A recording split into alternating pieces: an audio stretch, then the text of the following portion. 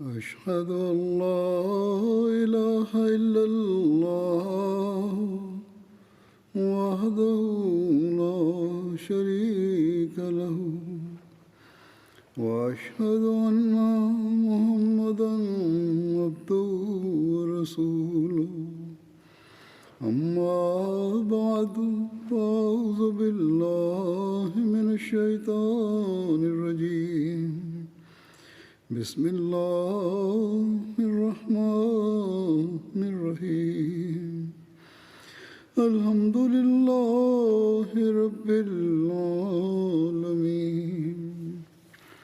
الرحمن الرحيم مالك يوم الدين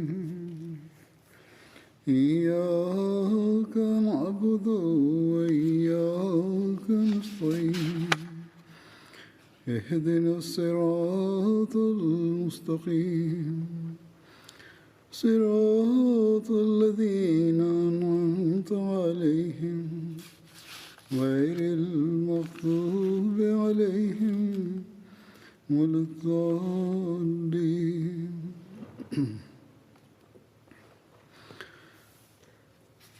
ഹസ്രത്ത് ഉമർ റളിയല്ലാഹു അൻഹുവിനെ കുറിച്ചുള്ള വിവരണമാണ് നടന്നു വരുന്നത്. ഇത് സംബന്ധമായി ഇവിടെ കൂടുതൽ കാര്യങ്ങൾ ഇന്ന് വിവരിക്കുന്നതായിരിക്കും. സെയ്ദ് ബിൻ അസ്ലമിൽ നിന്നും നിവേദനം. അദ്ദേഹത്തിന്റെ പിതാവ് വിവരിക്കുന്നു, ഞാനൊരിക്കൽ ഹസ്രത്ത് ഉമർ റളിയല്ലാഹു അൻഹുവിനോടൊപ്പം ഹറ വാക്കിമിലേക്ക് പോകുകയായിരുന്നു. ഇത് 2 ഹറുകൾക്ക് ഇടയിലുള്ള സ്ഥലമാണ്. ഹറ എന്ന് പറയുന്നത് കറുത്ത മണ്ണുള്ള ചരൽ പ്രദേശത്തിനെയാണ്. മദീനയുടെ കിഴക്കായാണ് ഹറ വാക്കിം സ്ഥിതി ചെയ്യുന്നത്. അതിനെ ഹറ ബനു കുറേള എന്നും പറയാറുണ്ട്. രണ്ടാമത്തേത് ഹറത്തുൽ വബറയാണ്. അത് മദീനയുടെ പടിഞ്ഞാറ് ഭാഗത്ത് 3 മൈൽ ദൂരത്തുള്ള സ്ഥലമാണ്. തുടർന്ന് പറയുകയാണ്, ഞങ്ങൾ സറാർ എന്ന സ്ഥലത്തെത്തി. അവിടെ ഒരിടത്ത് ഞങ്ങൾ തീവെട്ടം കണ്ടു. സറാറും മദീനയിൽ നിന്നും 3 മൈൽ അകലെയുള്ള ഒരു പ്രദേശമാണ്. ഹസ്രത്ത് ഉമർ പറഞ്ഞു, അല്ലയോ അസ്ലം, ഞാൻ കരുതുന്നത് ഇത് ഏതെങ്കിലും യാത്രക്കാരായിരിക്കും. രാത്രിയും ശൈത്യവും ഇവരെ ഇവിടെ പിടിച്ചു നിർത്തിയതായിരിക്കും എന്നാണ്. അതുകൊണ്ട് എന്നോടൊപ്പം വരിക. അങ്ങനെ ഞങ്ങൾ ധൃതിപ്പെട്ട് അങ്ങോട്ടേക്ക് നടന്നു. അവിടെ ഒരു സ്ത്രീയെയും ഏതാനും കുട്ടികളെയും കണ്ടു. ഒരു കലം അടുപ്പിൽ കയറ്റി വച്ചിട്ടുണ്ട്. അവരുടെ മക്കൾ വിശപ്പിനാൽ തേങ്ങിക്കരയുകയായിരുന്നു. ഹസ്രത്ത് ഉമർ പറഞ്ഞു, അസ്സലാമു അലൈക്കും, അല്ലയോ പ്രകാശക്കാരെ. അദ്ദേഹം അഗ്നിക്കാരെ, തീക്കാരെ എന്ന് വിളിക്കാൻ താല്പര്യപ്പെട്ടില്ല. മറിച്ച് പ്രകാശക്കാരെ, വെളിച്ചക്കാരെ എന്നാണ് വിളിച്ചത്. ആ സ്ത്രീ വഅലൈക്കും അസ്സലാം എന്ന് പറഞ്ഞു. അദ്ദേഹം ചോദിച്ചു, എനിക്ക് അടുത്തേക്ക് വരാമോ? ആ സ്ത്രീ പറഞ്ഞു, നല്ലതിനാണെങ്കിൽ വന്നോളൂ, അല്ലെങ്കിൽ തിരിച്ചു പോകൂ. അദ്ദേഹം അടുത്തേക്ക് നീങ്ങി. ആ സ്ത്രീ പറഞ്ഞത്, നല്ല കാര്യം പറയാനാണെങ്കിൽ ഇങ്ങോട്ട് വരാം, അല്ലെങ്കിൽ മടങ്ങി പോകുന്നതായിരിക്കും നല്ലത്. അദ്ദേഹം ചോദിച്ചു, നിങ്ങൾക്ക് എന്താണ് പറ്റിയത്? ആ സ്ത്രീ പറഞ്ഞു, രാത്രിയും ശൈത്യവും ഞങ്ങളെ ഇവിടെ തങ്ങാൻ നിർബന്ധിച്ചിരിക്കുകയാണ്. അദ്ദേഹം ചോദിച്ചു, ഈ കുട്ടികളുടെ പ്രശ്നം എന്താണ്? എന്തിനാണ് ഇവർ കരയുന്നത് ഇങ്ങനെ? ആ സ്ത്രീ പറഞ്ഞു, വിശപ്പ് കാരണമാണ് കരയുന്നത്. അദ്ദേഹം ചോദിച്ചു, ഈ കലത്തിൽ എന്താണ് വെച്ചിരിക്കുന്നത്? ആ സ്ത്രീ പറഞ്ഞു, ഇതിനകത്ത് വെറും വെള്ളം മാത്രമാണുള്ളത്. കുട്ടികൾ ഇത് കണ്ട് പ്രതീക്ഷയോടെ കിടന്നുറങ്ങാനായി ഞാൻ വെച്ചതാണ്. അള്ളാഹു ഞങ്ങൾക്കും ഉമറിനും ഇടയിൽ വിധി കൽപ്പിക്കുന്നതായിരിക്കും. അപ്പോൾ അദ്ദേഹം പറഞ്ഞു, അല്ലയോ മഹദി, അള്ളാഹു നിങ്ങൾക്ക് കരുണ ചൊരിയുമാറാകട്ടെ. ഉമറിന് നിങ്ങളുടെ ഈ അവസ്ഥ എങ്ങനെ അറിയാനാണ്? ആ സ്ത്രീ പറഞ്ഞു, ഞങ്ങളുടെ എല്ലാ കാര്യങ്ങൾക്കും മേൽനോട്ടക്കാരൻ അദ്ദേഹമാണ്. എന്നാൽ ഞങ്ങളെക്കുറിച്ച് അദ്ദേഹം അജ്ഞനാണ്. ഹസ്രത്ത് ഉമറിന്റെ കൂടെ ഉണ്ടായിരുന്ന വ്യക്തി പറയുന്നു, അതേ തുടർന്ന് എൻ്റെ അടുത്തേക്ക് വന്നിട്ട് ഹസ്രത്ത് ഉമർ പറഞ്ഞു, എന്നോടൊപ്പം വരിക. അങ്ങനെ വളരെയധികം വേഗത്തിൽ നടന്നുകൊണ്ട് ഞങ്ങൾ ദാറുൽ ദഖീഖിലെത്തി. ഖലീഫയായ ശേഷം ദാറുൽ ദഖീഖ് എന്നൊരു കെട്ടിടം ഹസ്രത്ത് ഉമർ പണി കഴിപ്പിച്ചിരുന്നു. അതിൽ ആട്ടയും അതുപോലെ സത്തു, ഈന്തപ്പഴം, കിഷ്മിഷ്, അതുപോലെ ഒരു യാത്രക്കാരന് ആവശ്യമായി വരുന്ന എല്ലാ വസ്തുക്കളും സംഭരിച്ചു വച്ചിരുന്നു. അതുപോലെ തന്നെ അദ്ദേഹം മദീനയുടെയും മക്കയുടെയും വഴിമധ്യേ യാത്രക്കാർക്ക് തങ്ങാനായി ചില സത്രങ്ങളും പണി കഴിപ്പിച്ചിരുന്നു. എന്തായാലും തുടർന്ന് പറയുകയാണ്, അദ്ദേഹം ഒരു ചാക്ക് ധാന്യവും അതുപോലെ നെയ്യിന്റെ ഒരു കുപ്പിയും എടുത്തു. എന്നിട്ട് പറഞ്ഞു, ഇത് എനിക്ക് പൊന്തിച്ചു തരിക. അസ്ലം പറഞ്ഞു, താങ്കൾക്ക് വേണ്ടി ഇത് ഞാൻ എടുത്തുകൊള്ളാം. ഹസ്രത്ത് ഉമർ ഇക്കാര്യം 2-3 തവണ പറഞ്ഞു, എനിക്കിത് പൊന്തിച്ചു തരിക. ഓരോ തവണയും ഞാൻ പറഞ്ഞു, താങ്കൾക്ക് പകരം ഞാൻ എടുക്കാം. അവസാനം ഉമർ പറഞ്ഞു, നിങ്ങൾക്ക് നന്മ വരട്ടെ, കയാമത്ത് നാളിൽ നിങ്ങളാണോ എൻ്റെ ഭാരം ചുമക്കാൻ പോകുന്നത്? അപ്പോൾ ഞാൻ ആ ചാക്ക് ഹസ്രത്ത് ഉമറിന് ഉയർത്തി വെച്ചു കൊടുത്തു. അദ്ദേഹം അത് തൻ്റെ അരയിൽ എടുത്തുയർത്തി. എന്നിട്ട് ധൃതിപ്പെട്ട് നടന്നു. ഞാനും വേഗം വേഗം അദ്ദേഹത്തോടൊപ്പം ചുവടുകൾ വെച്ചു. അങ്ങനെ ഞങ്ങൾ ആ സ്ത്രീയുടെ സമീപത്തെത്തി. അദ്ദേഹം ആ ചാക്ക് ആ സ്ത്രീയുടെ അടുത്ത് ഇറക്കി വെച്ചു. എന്നിട്ട് അതിൽ നിന്നും കുറച്ച് ആട്ട പുറത്തെടുത്തു. തുടർന്ന് ആ സ്ത്രീയോട് പറഞ്ഞു, ഇത് ഈ കലത്തിൽ അല്പാൽപമായി ഇട്ടു തരിക, നിങ്ങൾക്ക് വേണ്ടി ഈ കലം ഞാൻ ഇളക്കിത്തരാം. മറ്റൊരു നിവേദനത്തിലുള്ളത്, ഹസ്രത്ത് ഉമർ പറഞ്ഞു, നിങ്ങൾ സാവകാശം ആട്ട ഇതിൽ ഇട്ടുകൊള്ളുക, ഞാൻ നിങ്ങൾക്ക് വേണ്ടി ഹറീറ തയ്യാറാക്കി തരാം. അദ്ദേഹം എന്നിട്ട് കലത്തിന് താഴെ തീ കത്തിപ്പിടിക്കാനായി ഊതാൻ തുടങ്ങി. നിവേദകനായ അസ്ലം പറയുന്നു, അദ്ദേഹം വളരെ ഇടതൂർന്ന താടിയുള്ള വ്യക്തിയായിരുന്നു. അതുകൊണ്ട് തന്നെ അദ്ദേഹത്തിന്റെ താടിക്കുള്ളിലൂടെ പുക പുറത്തേക്ക് വരുന്നതായി എനിക്ക് കാണാൻ സാധിച്ചു. കലത്തിലുള്ള സാധനം അങ്ങനെ പാകം ചെയ്തു. പുക ഉയരുമ്പോൾ അദ്ദേഹത്തിന്റെ മുഖത്തും താടിയിലുമൊക്കെ പടരുന്നതായി ഞാൻ കണ്ടു. ഭക്ഷണം തയ്യാറായപ്പോൾ അദ്ദേഹം കലം വാങ്ങിവെച്ചു. എന്നിട്ട് അദ്ദേഹം ഏതെങ്കിലും ഒരു പാത്രം കൊണ്ടുവരിക എന്ന് പറഞ്ഞു. ആ സ്ത്രീ ഒരു പ്ലേറ്റ് കൊണ്ടുവന്നു. അദ്ദേഹം പറഞ്ഞു, നിങ്ങൾ ഇനി കുട്ടികൾക്ക് ഭക്ഷണം കൊടുക്കാൻ തുടങ്ങിക്കൊള്ളുക, ഞാൻ ഭക്ഷണം കുറച്ചു കുറച്ചായി ഇതിൽ പരത്തി വിളമ്പാം. അപ്പോൾ അത് തണുത്ത് ആറുന്നതായിരിക്കും. അതായത് കുറച്ചു കുറച്ചായി ചൂടാറാനായി ഞാൻ വിളമ്പി തരാം, വേറെ പാത്രത്തിലും അത് ഇട്ട് വെക്കാം. അങ്ങനെ അദ്ദേഹം അത് തന്നെ തുടർന്നു കൊണ്ടിരുന്നു. ഏതുവരെ എന്നാൽ ആ കുട്ടികൾ വയറു നിറച്ച് ഭക്ഷണം കഴിച്ചു. ബാക്കി വന്ന ഭക്ഷണം അദ്ദേഹം ആ സ്ത്രീയെ ഏൽപ്പിക്കുകയും ചെയ്തു. അസ്ലം പറയുന്നു, എന്നിട്ട് അദ്ദേഹം അവിടെ നിന്നും എഴുന്നേറ്റു. ഞാനും അദ്ദേഹത്തോടൊപ്പം എഴുന്നേറ്റു. അപ്പോൾ ആ സ്ത്രീ പറഞ്ഞു, അള്ളാഹു താങ്കൾക്ക് മികച്ച പ്രതിഫലം നൽകട്ടെ. ഇക്കാര്യത്തിൽ, അതായത് പ്രതിഫലം കിട്ടുന്ന കാര്യത്തിൽ താങ്കൾ അമീറുൽ മുഅ്മിനീനേക്കാളും കൂടുതൽ അർഹതയുള്ളവനാണ്. അപ്പോൾ ഹസരത്ത് ഉമർ പറഞ്ഞു, നല്ല കാര്യം മാത്രം പറയുക, നിങ്ങൾ അമീറുൽ മുഅ്മിനീനെ കാണാൻ വരുമ്പോൾ ഇൻഷാ അല്ലാഹ് എന്നെ അവിടെ കാണുന്നതായിരിക്കും.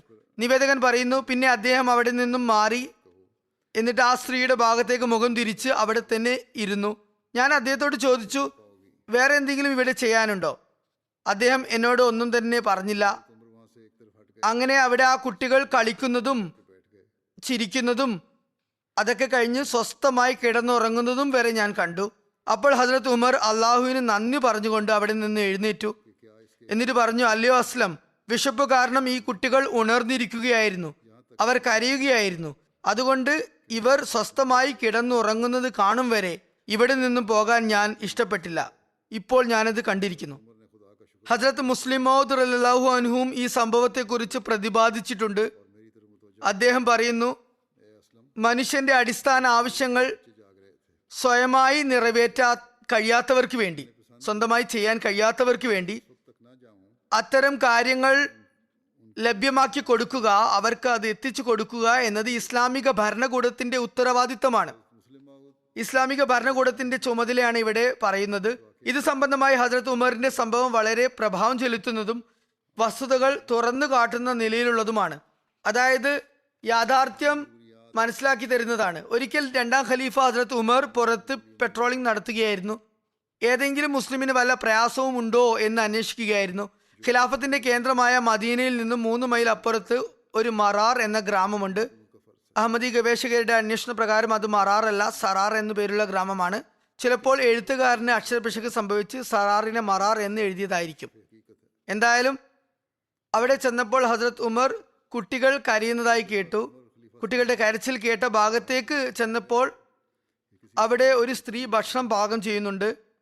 അവിടെ 2-3 കുട്ടികൾ തേങ്ങി കരയുന്നുമുണ്ട്. അവരോട് എന്താണ് പ്രശ്നമെന്ന് ഹസ്രത്ത് ഉമർ ആരാഞ്ഞു. അവർ പറഞ്ഞു, 2-3 നേരത്തെ പട്ടിണിയാണ് കുട്ടികൾ കിടക്കുന്നത്, കഴിക്കാൻ ഇവിടെ ഒന്നുമില്ല. കുട്ടികൾ വല്ലാണ്ട് അസ്വസ്ഥരായപ്പോൾ കാലിയായ കലം അടുപ്പത്ത് വെച്ചതാണ് ഞാൻ. അത് കണ്ട് അവർ പ്രത്യാശയോടെ ഉറങ്ങിപ്പോകുമെന്ന് കരുതി. അത് കേട്ടതും ഹസ്രത്ത് ഉമർ പെട്ടെന്ന് മദീനയിലേക്ക് തിരിച്ചുപോയി. ആട്ടയും നെയ്യും ഇറച്ചിയും ഈന്തപ്പഴവും എടുത്ത് ഒരു ചാക്കിലാക്കി തന്റെ സേവകനോട് ഇത് എന്റെ ചുമലിൽ കയറ്റി വെച്ച് തരിക എന്ന് പറഞ്ഞു. അപ്പോൾ അയാൾ പറഞ്ഞു, ഹുസൂർ, ഞാനുണ്ടല്ലോ, ഞാൻ ചുമന്നോളാം. അപ്പോൾ ഹസ്രത്ത് ഉമർ പറഞ്ഞു, ഇപ്പോൾ നിങ്ങൾക്ക് ഇത് ചുമക്കാനാകും, അതിൽ സംശയമില്ല. എന്നാൽ ഖയാമത്ത് നാളിൽ എന്റെ ഭാരം ആര് താങ്ങുന്നതാണ്? അതായത് അവരുടെ ഭക്ഷണ കാര്യങ്ങൾ നോക്കേണ്ടത് എന്റെ ബാധ്യതയാണ്. അതിൽ എനിക്ക് വീഴ്ച വന്നിരിക്കുന്നു. അതുകൊണ്ട് അതിന്റെ പരിഹാരം എന്നോണം ഞാൻ സ്വയം തന്നെ ഈ സാധനങ്ങളെല്ലാം ചുമന്നുകൊണ്ട് അവരുടെ വീട്ടിൽ എത്തിക്കേണ്ടതുണ്ട്. ഹസ്രത്ത് മുസ്ലിം മൗദ് പറയുന്നു, ആവശ്യക്കാർക്ക് സ്റ്റൈപ്പൻഡ് നൽകുന്ന കാര്യവും ഈ സംഭവവും തട്ടിച്ചു നോക്കി ആളുകളെ മടിയന്മാരാക്കാൻ വേണ്ടിയാണ് ഇങ്ങനെ ചെയ്യുന്നത് എന്ന അർത്ഥമില്ല. അദ്ദേഹം എഴുതുന്നു, ഇസ്ലാം ദരിദ്രരുടെ കാര്യങ്ങൾ അന്വേഷിക്കാനും അവരുടെ കാര്യങ്ങൾ തിരക്കാനും കൽപ്പിക്കുന്നതോടൊപ്പം തന്നെ ഇത് സംബന്ധിച്ച് ഞാൻ മുമ്പ് വിവരിച്ചതുപോലെ ആളുകളുടെ അലസതയും അലംഭാവവും ഇല്ലാതാക്കാൻ വേണ്ടിയും കൽപ്പന നൽകുന്നുണ്ട്. അതുകൊണ്ട് ആളുകളെ മടിയന്മാരും അശ്രദ്ധരും ആക്കാൻ വേണ്ടിയല്ല സ്റ്റൈപ്പൻഡും അലവൻസും നിശ്ചയിച്ചിട്ടുള്ളത്. അതുപോലെ ജനങ്ങൾ പണിയെടുക്കുന്നത് നിർത്തി വീട്ടിലിരിക്കാൻ വേണ്ടിയല്ല സ്റ്റൈപ്പൻഡ് നൽകിയിരുന്നത്. നിർബന്ധിതാവസ്ഥ ഉള്ളവർക്കായിരുന്നു അത് നൽകിയിരുന്നത്. യാചന നിരോധിക്കപ്പെട്ടതുമായിരുന്നു. ഭിക്ഷാടകരെ അതിൽ നിന്നും തടയാനായി ഹസ്രത്ത് ഉമർ വളരെ കർശനമായ നടപടികൾ കൈക്കൊണ്ടിരുന്നു. അല്ലാതെ ആരെങ്കിലും വിശന്നതായി കണ്ടാൽ തന്നെ വേഗം അവർക്ക് ഭക്ഷണം എത്തിക്കുകയായിരുന്നില്ല അദ്ദേഹം ചെയ്തത്. അതുപോലെ യാചകൻ വന്നാൽ ഉടൻ നൽകുകയും ചെയ്തിരുന്നില്ല. യാചന നടത്തുന്നയാൾ ആരോഗ്യവാനാണെങ്കിൽ അദ്ദേഹം കടുത്ത നിലപാട് എടുത്തിരുന്നു. ഒരിക്കൽ ഹസ്രത്ത് ഉമർ ഒരു യാചകനെ അയാളുടെ മടിശീല നിറയെ ആട്ടയുള്ളതായി കണ്ടു. അയാൾ യാചിക്കാൻ വന്നതായിരുന്നു. അയാളുടെ സഞ്ചിയിൽ ആട്ട നിറഞ്ഞിരുന്നു. ഹസ്രത്ത് ഉമർ ആ ആട്ട എടുത്തു ഒട്ടകങ്ങൾക്ക് ഇട്ടുകൊടുത്തു. അങ്ങനെ അയാളുടെ സഞ്ചി മുഴുവൻ കാലിയാക്കി. എന്നിട്ട് പറഞ്ഞു, ഇനി നീ യാചിച്ചു നോക്ക്. അതിൽ നിന്നും തെളിയുന്നത് യാചകരെ ജോലി എടുക്കാൻ ഇസ്ലാം നിർബന്ധിച്ചിരുന്നു എന്നാണ്. അതായത് നല്ല തണ്ടും തടിയും ഉണ്ടായിട്ട് ഭിക്ഷ തേടുന്നതിന്റെ കാര്യം എന്താണ്? അധ്വാനിച്ചു പണിയെടുത്ത് വേണം ഭക്ഷണം കഴിക്കാൻ. അയാൾക്ക് നൽകിയ പാഠം അതായിരുന്നു. രണ്ടാമത് യാചിച്ചാൽ ഇതുതന്നെയായിരിക്കും നിന്റെ സ്ഥിതി. നിന്റെ കയ്യിലുള്ളത് മുഴുവനും മൃഗങ്ങൾക്ക് ഇട്ടുകൊടുക്കുന്നതാണ് എന്ന് മുന്നറിയിപ്പും നൽകി. ഞാൻ ആദ്യം ഉദ്ധരിച്ച സംഭവം വെച്ചുകൊണ്ട് യാചകർ പലപ്പോഴുമായി പറയാറുള്ളത്, ഹസ്രത്ത് ഉമർ ആവശ്യക്കാർ എത്രയധികം ശ്രദ്ധിച്ചിരുന്നു, പരിഗണിച്ചിരുന്നു എന്ന് നോക്കുക എന്നവർ പറയാറുണ്ട്. എന്നാൽ ഇസ്ലാം എത്ര കർശനമായാണ് ഭിക്ഷാടനം നിരോധിച്ചത് എന്ന കാര്യം അവർ ശ്രദ്ധിക്കാറേയില്ല. റസൂലുള്ളാഹി സ്വല്ലല്ലാഹു അലൈഹി വസല്ലം അതുപോലെ പിൽക്കാലത്ത് ഹസ്രത്ത് ഉമർ റളിയല്ലാഹുവും അതേ നിലപാട് തന്നെ തുടർന്നു പോയിരുന്നു. അതൊന്നും ഇക്കൂട്ടർക്ക് കാണാൻ സാധിക്കുകയില്ല. ഈ സംഭവത്തെ മറ്റൊരിടത്ത് ഹസ്രത്ത് മുസ്ലിം മൗദ് റളിയല്ലാഹു അൻഹു പ്രതിപാദിക്കുന്നുണ്ട്. എന്നിട്ട് പറയുകയുണ്ടായി, ഹസ്രത്ത് ഉമറിന്റെ പ്രൗഢിയും പ്രതാപവും നോക്കുക. ഒരു ഭാഗത്ത് ലോകത്തുള്ള വലിയ വലിയ ചക്രവർത്തിമാർ അദ്ദേഹത്തെ ഭയന്ന് വിറച്ചിരുന്നു. സീസർ, ഖുസ്രോ തുടങ്ങിയവരുടെ ഭരണകൂടങ്ങൾ പോലും അദ്ദേഹത്തിന്റെ പേര് കേട്ടാൽ പ്രകമ്പനം കൊണ്ടിരുന്നു. എന്നാൽ മറുഭാഗത്ത് അന്ധകാര നിബിഡമായ രാത്രി ഒരു നാടോടി സ്ത്രീയുടെ മക്കൾ വിശന്നിരിക്കുന്നത് കണ്ടപ്പോൾ ഉമർ എന്ന മഹോന്നത വ്യക്തി അസ്വസ്ഥനാകുകയും ആട്ടയുടെ ചാക്ക് സ്വയം ചുമലിലേറ്റിയും കയ്യിൽ നെയ്യിന്റെ ഡിബ്ബ പിടിക്കുകയും ചെയ്ത് അവരുടെ അടുത്തെത്തുന്നു. എന്നിട്ട് സ്വന്തം കൈകൊണ്ട് അവർക്ക് ഭക്ഷണം തയ്യാറാക്കി വിളമ്പിക്കൊടുക്കുന്നു. ആ കുട്ടികൾ വേണ്ടുവോളം കഴിച്ച് സ്വസ്ഥമായി കിടന്നുറങ്ങുന്നത് വരെ അവിടെ നിന്നും മടങ്ങുന്നില്ല. ആ ഒരു സ്ഥിതിവിശേഷമാണ് നമുക്ക് കാണാൻ സാധിക്കുക. ഹസ്രത്ത് ഉമർ റളിയല്ലാഹു അൻഹു സ്വതന്ത്രനാക്കിയ അടിമ മുമ്പേ പറഞ്ഞു വരുന്ന നിവേദകൻ തന്നെയാണ് അസ്ലം. അദ്ദേഹം പറയുന്നു, മദീനയിൽ ഒരു വ്യാപാരി സംഘം വന്നു. അവർ ഈദ്ഗാഹിൽ താമസിച്ചു. ഹസ്രത്ത് ഉമർ ഹസ്രത്ത് അബ്ദുറഹ്മാൻ ബിൻ ഔഫിനോട് പറഞ്ഞു, രാത്രി ഇവർക്കു കാവൽ നിൽക്കാൻ എന്നോടൊപ്പം താങ്കൾക്ക് താല്പര്യമുണ്ട്? അദ്ദേഹം പറഞ്ഞു, അതെ, തീർച്ചയായും എനിക്ക് താല്പര്യമുണ്ട്. അങ്ങനെ അവർ രാത്രി മുഴുവനും അവരെ സംരക്ഷിക്കുകയും ആരാധനകളിൽ ഏർപ്പെടുകയും ചെയ്തു. ഹസ്രത്ത് ഉമർ ഒരു കുട്ടി കരയുന്നത് കേട്ടു. അപ്പോൾ ആ ഭാഗത്തേക്ക് പോയി ആ കുട്ടിയുടെ മാതാവിനോട് പറഞ്ഞു, അള്ളാഹുവിനെ ഭയക്കുക, സ്വന്തം കുട്ടിയെ നല്ലവണ്ണം നീ നോക്കണം. അത് പറഞ്ഞ് അദ്ദേഹം തിരിച്ചു വന്നു. പിന്നെയും അതേ കുട്ടിയുടെ കരച്ചിൽ തന്നെ കേട്ടു. അതായത് അദ്ദേഹം അവരുടെ സാധനങ്ങൾക്ക് പാറാവ് നിൽക്കുന്ന സ്ഥലത്തേക്ക് തിരിച്ചു വന്നതായിരുന്നു. രണ്ടാമതും ആ കുട്ടിയുടെ കരച്ചിൽ കേട്ടപ്പോൾ വീണ്ടും അസ്വസ്ഥനായ ആ കുട്ടിയുടെ മാതാവിന്റെ അരികിലേക്ക് പോകുകയും ആദ്യം പറഞ്ഞത് ആവർത്തിച്ച ശേഷം വീണ്ടും സ്വന്തം സ്ഥാനത്തേക്ക് തിരിച്ചു വരികയും ചെയ്തു. രാത്രിയുടെ അന്ത്യയാമം ആയപ്പോൾ ആ കുട്ടിയുടെ കരച്ചിൽ വീണ്ടും കേട്ടു. അപ്പോൾ അദ്ദേഹം ആ കുട്ടിയുടെ മാതാവിന്റെ അടുക്കലേക്ക് തന്നെ പോയി. എന്നിട്ട് പറഞ്ഞു, നിങ്ങൾക്ക് നന്മയുണ്ടാകട്ടെ, എത്ര അലംഭാവമുള്ള മാതാവാണ് നിങ്ങൾ. എന്താണ് ഇങ്ങനെ എനിക്ക് രാത്രി മുഴുവൻ നിങ്ങളുടെ കുട്ടിയുടെ കരച്ചിൽ കേൾക്കേണ്ടി വരുന്നത്? അപ്പോൾ ആ സ്ത്രീ പറഞ്ഞു, അല്ലയോ ദൈവദാസ, ഞാൻ ഇവന് പാലുകൂടി നിർത്തി വേറെ എന്തെങ്കിലും ഭക്ഷണം കൊടുക്കാൻ ശ്രമിക്കുകയാണ്. എന്നാൽ ഇവൻ, അതായത് കുട്ടി, ഒന്നും സമ്മതിക്കുന്നില്ല. എനിക്ക് മുലപ്പാൽ തന്നെ വേണമെന്ന് ശഠിക്കുന്നു. അദ്ദേഹം ചോദിച്ചു, എന്തിനാണ് അങ്ങനെ ചെയ്യുന്നത്? അവർ പറഞ്ഞു, ഉമർ പാലുകൂടി മാറ്റിയ കുട്ടിക്ക് മാത്രമേ സ്റ്റൈപ്പൻഡ് നിശ്ചയിക്കുകയുള്ളൂ. അദ്ദേഹം ചോദിച്ചു, നിന്റെ കുട്ടിയുടെ പ്രായം എത്രയാണ്? അവർ പറഞ്ഞു, ഇത്ര മാസമാണ്. ഹദ്രത്ത് ഉമർ പറഞ്ഞു, നിനക്ക് നന്മയുണ്ടാകട്ടെ, പാലുകൂടി നിർത്താൻ ഇങ്ങനെ നീ ധൃതിപ്പെടരുത്. പിന്നെ അദ്ദേഹം സുബഹി നമസ്കരിപ്പിച്ചപ്പോൾ അദ്ദേഹം രാത്രി കരഞ്ഞ കാരണത്താൽ അദ്ദേഹത്തിന്റെ ശബ്ദം ഖുർആൻ ഓതുമ്പോൾ വ്യക്തമാകുന്നുണ്ടായിരുന്നില്ല. ഹദ്രത്ത് ഉമർ ഇങ്ങനെ ആത്മകഥം ചെയ്തുകൊണ്ടിരുന്നു. ഉമറിന് നാശം, അവൻ എത്ര മുസ്ലിം കുഞ്ഞുങ്ങളെയാണ് വധിച്ചത്. പിന്നീട് അദ്ദേഹം ഇങ്ങനെ ഒരു വിളംബരം പുറപ്പെടുവിച്ചു: കുട്ടികളുടെ പാലുകുടി നിർത്തുന്നതിൽ ആരും ധൃതി കാട്ടരുത്. ഇസ്ലാമിൽ ഇനി മുതൽ ജനിക്കുന്ന എല്ലാ കുട്ടികൾക്കും ഉടൻ തന്നെ സ്റ്റൈപ്പൻഡ് നിശ്ചയിക്കുന്നതായിരിക്കും. ഹസ്രത്ത് ഉമർ എല്ലാ മുസ്ലിം രാജ്യങ്ങളിലും ഈ വിളംബരം നടത്തുകയുണ്ടായി. ഹസ്രത്ത് മുസ്ലിമോദ് റളിയല്ലാഹു അൻഹു ഈ സംഭവത്തെ തൻ്റെതായ ശൈലിയിൽ വിവരിച്ചുകൊണ്ട് പറയുന്നു: ഹസ്രത്ത് ഉമർ തുടക്കത്തിൽ പാല് കുടിക്കുന്ന കുട്ടികൾക്ക് അലവൻസ് നിശ്ചയിച്ചിരുന്നില്ല. എന്നാൽ പിന്നീട് പാല് കുടിക്കുന്ന കുട്ടികളുടെയും അവകാശം അദ്ദേഹം അംഗീകരിച്ചു. അവരുടെ റേഷൻ അല്ലെങ്കിൽ അലവൻസ് മാതാക്കൾക്ക് നൽകാൻ ഉത്തരവിട്ടു. ആദ്യം ഹസ്രത്ത് ഉമർ കരുതിയിരുന്നത് പാല് കുടിക്കുന്നിടത്തോളം ഒരു കുട്ടി സമൂഹത്തിലെ അംഗമായി കണക്കാക്കപ്പെടില്ല, മറിച്ച് ആ കുട്ടിയുടെ ഉത്തരവാദിത്വം പൂർണ്ണമായും മാതാവിനാണ്. അതുകൊണ്ട് തന്നെ പബ്ലിക്കായി ബൈത്തുൽ മാലിൽ നിന്നും ആ കുട്ടിക്ക് വേണ്ടി ചെലവഴിക്കേണ്ട കാര്യമില്ല എന്നായിരുന്നു. ഒരിക്കൽ ഹസ്രത്ത് ഉമർ റോന്തു ചുറ്റാനായി പുറത്തിറങ്ങി. പട്ടണത്തിന് പുറത്ത് ബന്ധുക്കളുടെ, ഗ്രാമീണരായ അറബികളുടെ ഒരു കച്ചവട സംഘം വന്നെത്തിയിരുന്നു. ഹസ്രത്ത് ഉമറിന് ഒരു കൂടാരത്തിൽ നിന്നും ഒരു കുട്ടിയുടെ കരച്ചിൽ കേൾക്കാനിടയായി. കുട്ടി അലമുറ കൂട്ടുന്നുണ്ടായിരുന്നു. മാതാവ് കുട്ടിയെ മടിയിൽ തട്ടി തട്ടി ഉറക്കാൻ ശ്രമിച്ചു. കുറേ സമയം തട്ടി ഉറക്കാൻ നോക്കിയിട്ടും കുട്ടി കരച്ചിൽ നിർത്താത്തത് കണ്ടപ്പോൾ കുട്ടിയെ മുഖത്ത് തല്ലിക്കൊണ്ട് പറഞ്ഞു: ഉമറിന്റെ പ്രാണനായി നീ കരയുക. ഹസ്രത്ത് ഉമർ അങ്ങനെ അത് കേട്ട് ഞെട്ടിപ്പോയി. ഞാനുമായിട്ട് ഇതിനെന്തു ബന്ധമെന്ന് ചിന്തിച്ചു. ഹസ്രത്ത് ഉമർ ആ സ്ത്രീയോട് കൂടാരത്തിനകത്ത് പ്രവേശിക്കാൻ അനുവാദം വാങ്ങി. അകത്ത് കയറിയിട്ട് ചോദിച്ചു: മഹദി, എന്താണ് കാര്യം? ഹസ്രത്ത് ഉമറിനെ അവർക്ക് അറിയില്ലായിരുന്നു. അതുകൊണ്ട് പറഞ്ഞു: എന്തു പറയാനാണ്? ഹസ്രത്ത് ഉമർ എല്ലാവർക്കും അലവൻസ് നിശ്ചയിച്ചിട്ടുണ്ട്.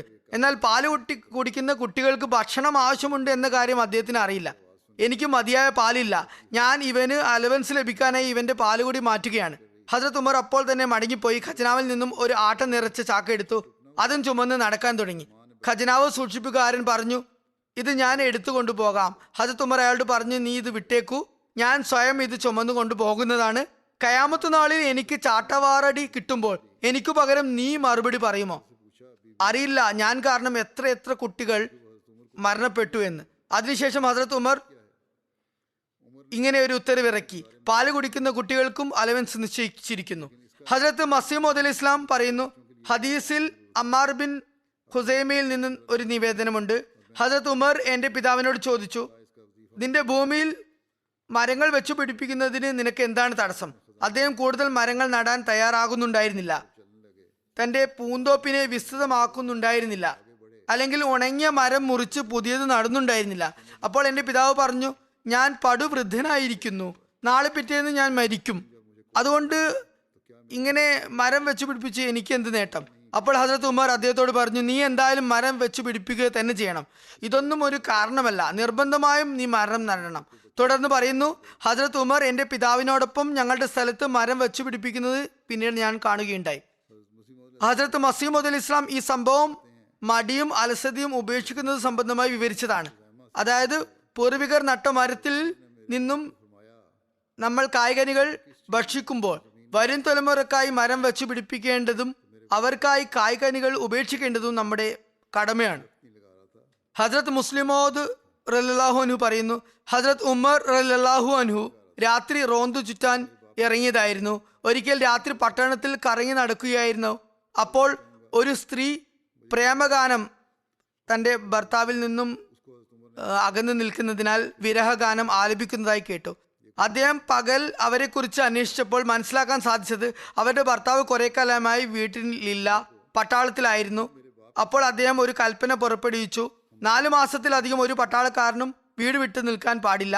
നീണ്ട കാലത്തേക്ക് വീട് വിട്ടു നിൽക്കേണ്ടി വരുന്ന സാഹചര്യമുണ്ടെങ്കിൽ തൻ്റെ ഭാര്യയും കൂടെ കൂട്ടേണ്ടതാണ്. അല്ലാത്ത പക്ഷം നിർബന്ധമായും അയാളെ സൈന്യത്തിൽ നിന്നും വീട്ടിലേക്ക് തിരിച്ചയക്കുന്നതായിരിക്കും.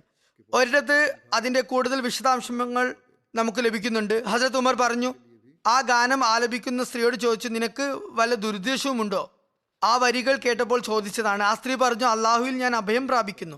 ഹസ്രത്ത് ഉമർ ആ സ്ത്രീയോട് പറഞ്ഞു, നീ സ്വയം നിയന്ത്രിക്കുക, നിന്റെ ഭർത്താവിന് ഇപ്പോൾ തന്നെ ഞാൻ സന്ദേശം അയക്കുന്നതാണ്. അങ്ങനെ അദ്ദേഹം അവരുടെ ഭർത്താവിൻ്റെ അടുത്ത് ഒരു ദൂതനെ അയച്ചു. അയാളെ വീട്ടിലേക്ക് തിരികെ വിളിപ്പിച്ചു. പിന്നെ അദ്ദേഹം ഇക്കാര്യങ്ങൾ കൂടുതൽ അന്വേഷിച്ചറിയുകയും ഇവിടെ സൂചിപ്പിച്ച പോലെ ഏറിപ്പോയാൽ 4 മാസം മാത്രമേ പുരുഷൻ വീട് വിട്ട് പുറത്ത് നിൽക്കാവൂ, അതിലും കൂടുതൽ നിൽക്കണമെങ്കിൽ ഭാര്യയും മക്കളെയും കൂടെ കൊണ്ടുപോകണമെന്ന കൽപ്പനയും പുറപ്പെടുവിച്ചു. ഹസ്രത്ത് ഉമർ റളിയല്ലാഹു അൻഹു സ്വതന്ത്രനാക്കിയ അടിമ തന്നെ അസ്ലം തന്നെ നിവേദനം ചെയ്യുന്നു, ഒരു രാത്രി ഞാൻ ഹസ്രത്ത് ഉമറിനൊപ്പം മദീനയുടെ ഒരു പ്രാന്ത പ്രദേശത്ത് പോയി. അവിടെ ഞങ്ങൾക്ക് ഒരു കൂടാരം കാണാനായി. ഞങ്ങൾ ആ കൂടാരത്തിനടുത്തേക്ക് നടന്നു നീങ്ങി. അപ്പോൾ അവിടെ ഒരു സ്ത്രീ പ്രസവ വേദന നിമിത്തം പുളഞ്ഞു കരയുകയായിരുന്നു. ഹസ്രത്ത് ഉമർ അവരോട് കാര്യം തിരക്കിയപ്പോൾ പറഞ്ഞു, ഞാനൊരു പരദേശിയായ ഒരു യാത്രക്കാരിയായ സ്ത്രീയാണ്, എൻ്റെ പക്കൽ ഒന്നും തന്നെയില്ല. അപ്പോൾ ഹസ്രത്ത് ഉമർ കണ്ണുനീർ പൊഴിച്ചുകൊണ്ട് വീട്ടിലേക്ക് ധൃതിപ്പെട്ടു വന്നു. അദ്ദേഹം തൻ്റെ ഭാര്യയായ ഹസ്രത്ത് ഉമ്മു കുൽസൂം ബിൻത്ത് അലിയോട് പറഞ്ഞു, അള്ളാഹു നിനക്കായി ഇവിടെ ഒരുക്കി തന്നിട്ടുള്ള പ്രതിഫലം സ്വീകരിക്കാൻ നീ ആഗ്രഹിക്കുന്നുണ്ടോ? അദ്ദേഹം അവരോട് എല്ലാ കാര്യങ്ങളും സവിശദം പറഞ്ഞപ്പോൾ അവർ പറഞ്ഞു, തീർച്ചയായും എനിക്ക് അങ്ങനെ ആഗ്രഹമുണ്ട്. ശേഷം ഹസ്രത്ത് ഉമർ ആട്ടയും മാംസവും നിറച്ച ചാക്ക് ചുമലിലേറ്റി ഹസ്രത്ത് ഉമ്മു കുൽസൂം ഈറ്റെടുക്കാൻ വേണ്ട സാധനങ്ങളൊക്കെയും എടുത്തു. അവരിരുവരും അവിടെ എത്തി.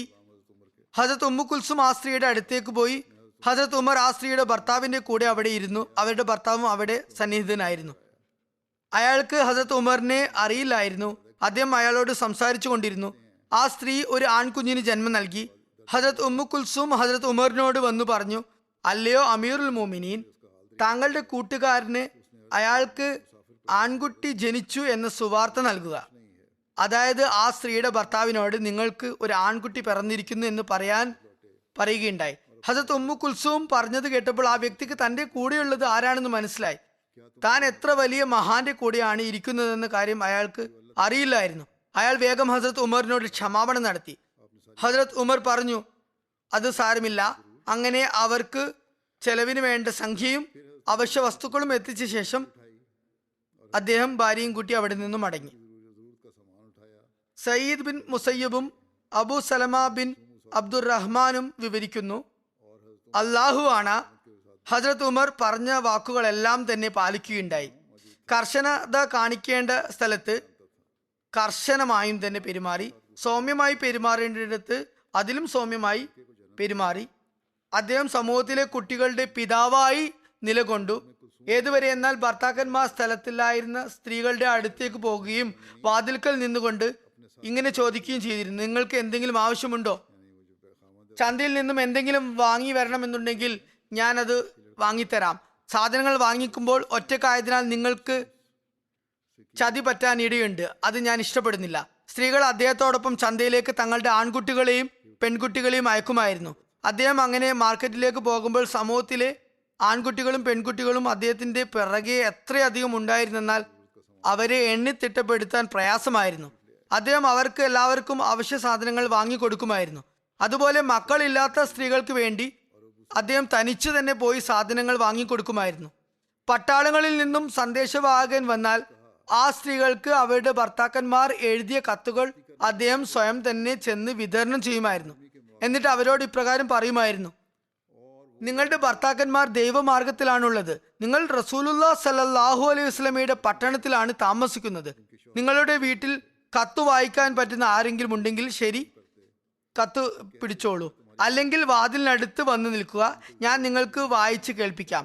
ശേഷം പറയുമായിരുന്നു, നമ്മുടെ സന്ദേശവാഹകൻ ഇന്ന തീയതിക്ക് ഇവിടെ നിന്നും തിരിച്ചു പോകുന്നതാണ്.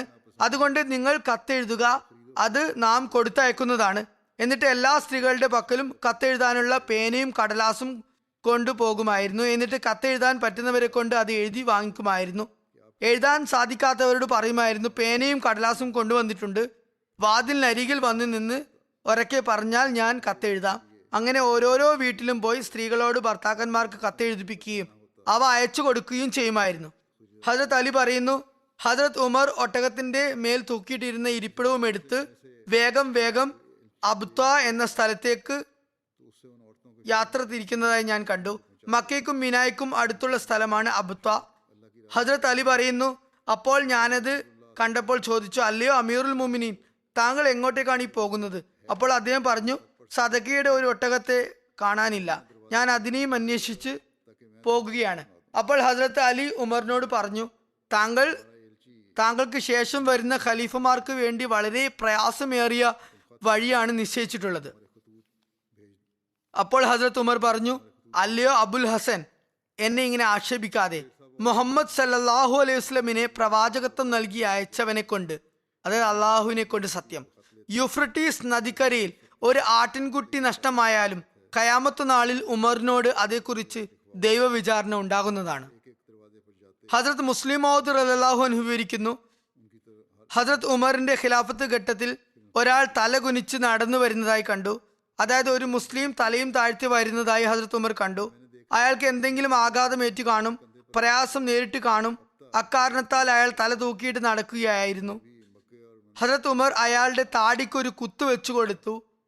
ഇസ്ലാമിന്റെ വിജയ കാലഘട്ടമാണ്, എന്നിട്ട് നീ ഇങ്ങനെ തല താഴ്ത്തിയിട്ട് നടക്കുകയാണോ എന്ന് ചോദിച്ചു.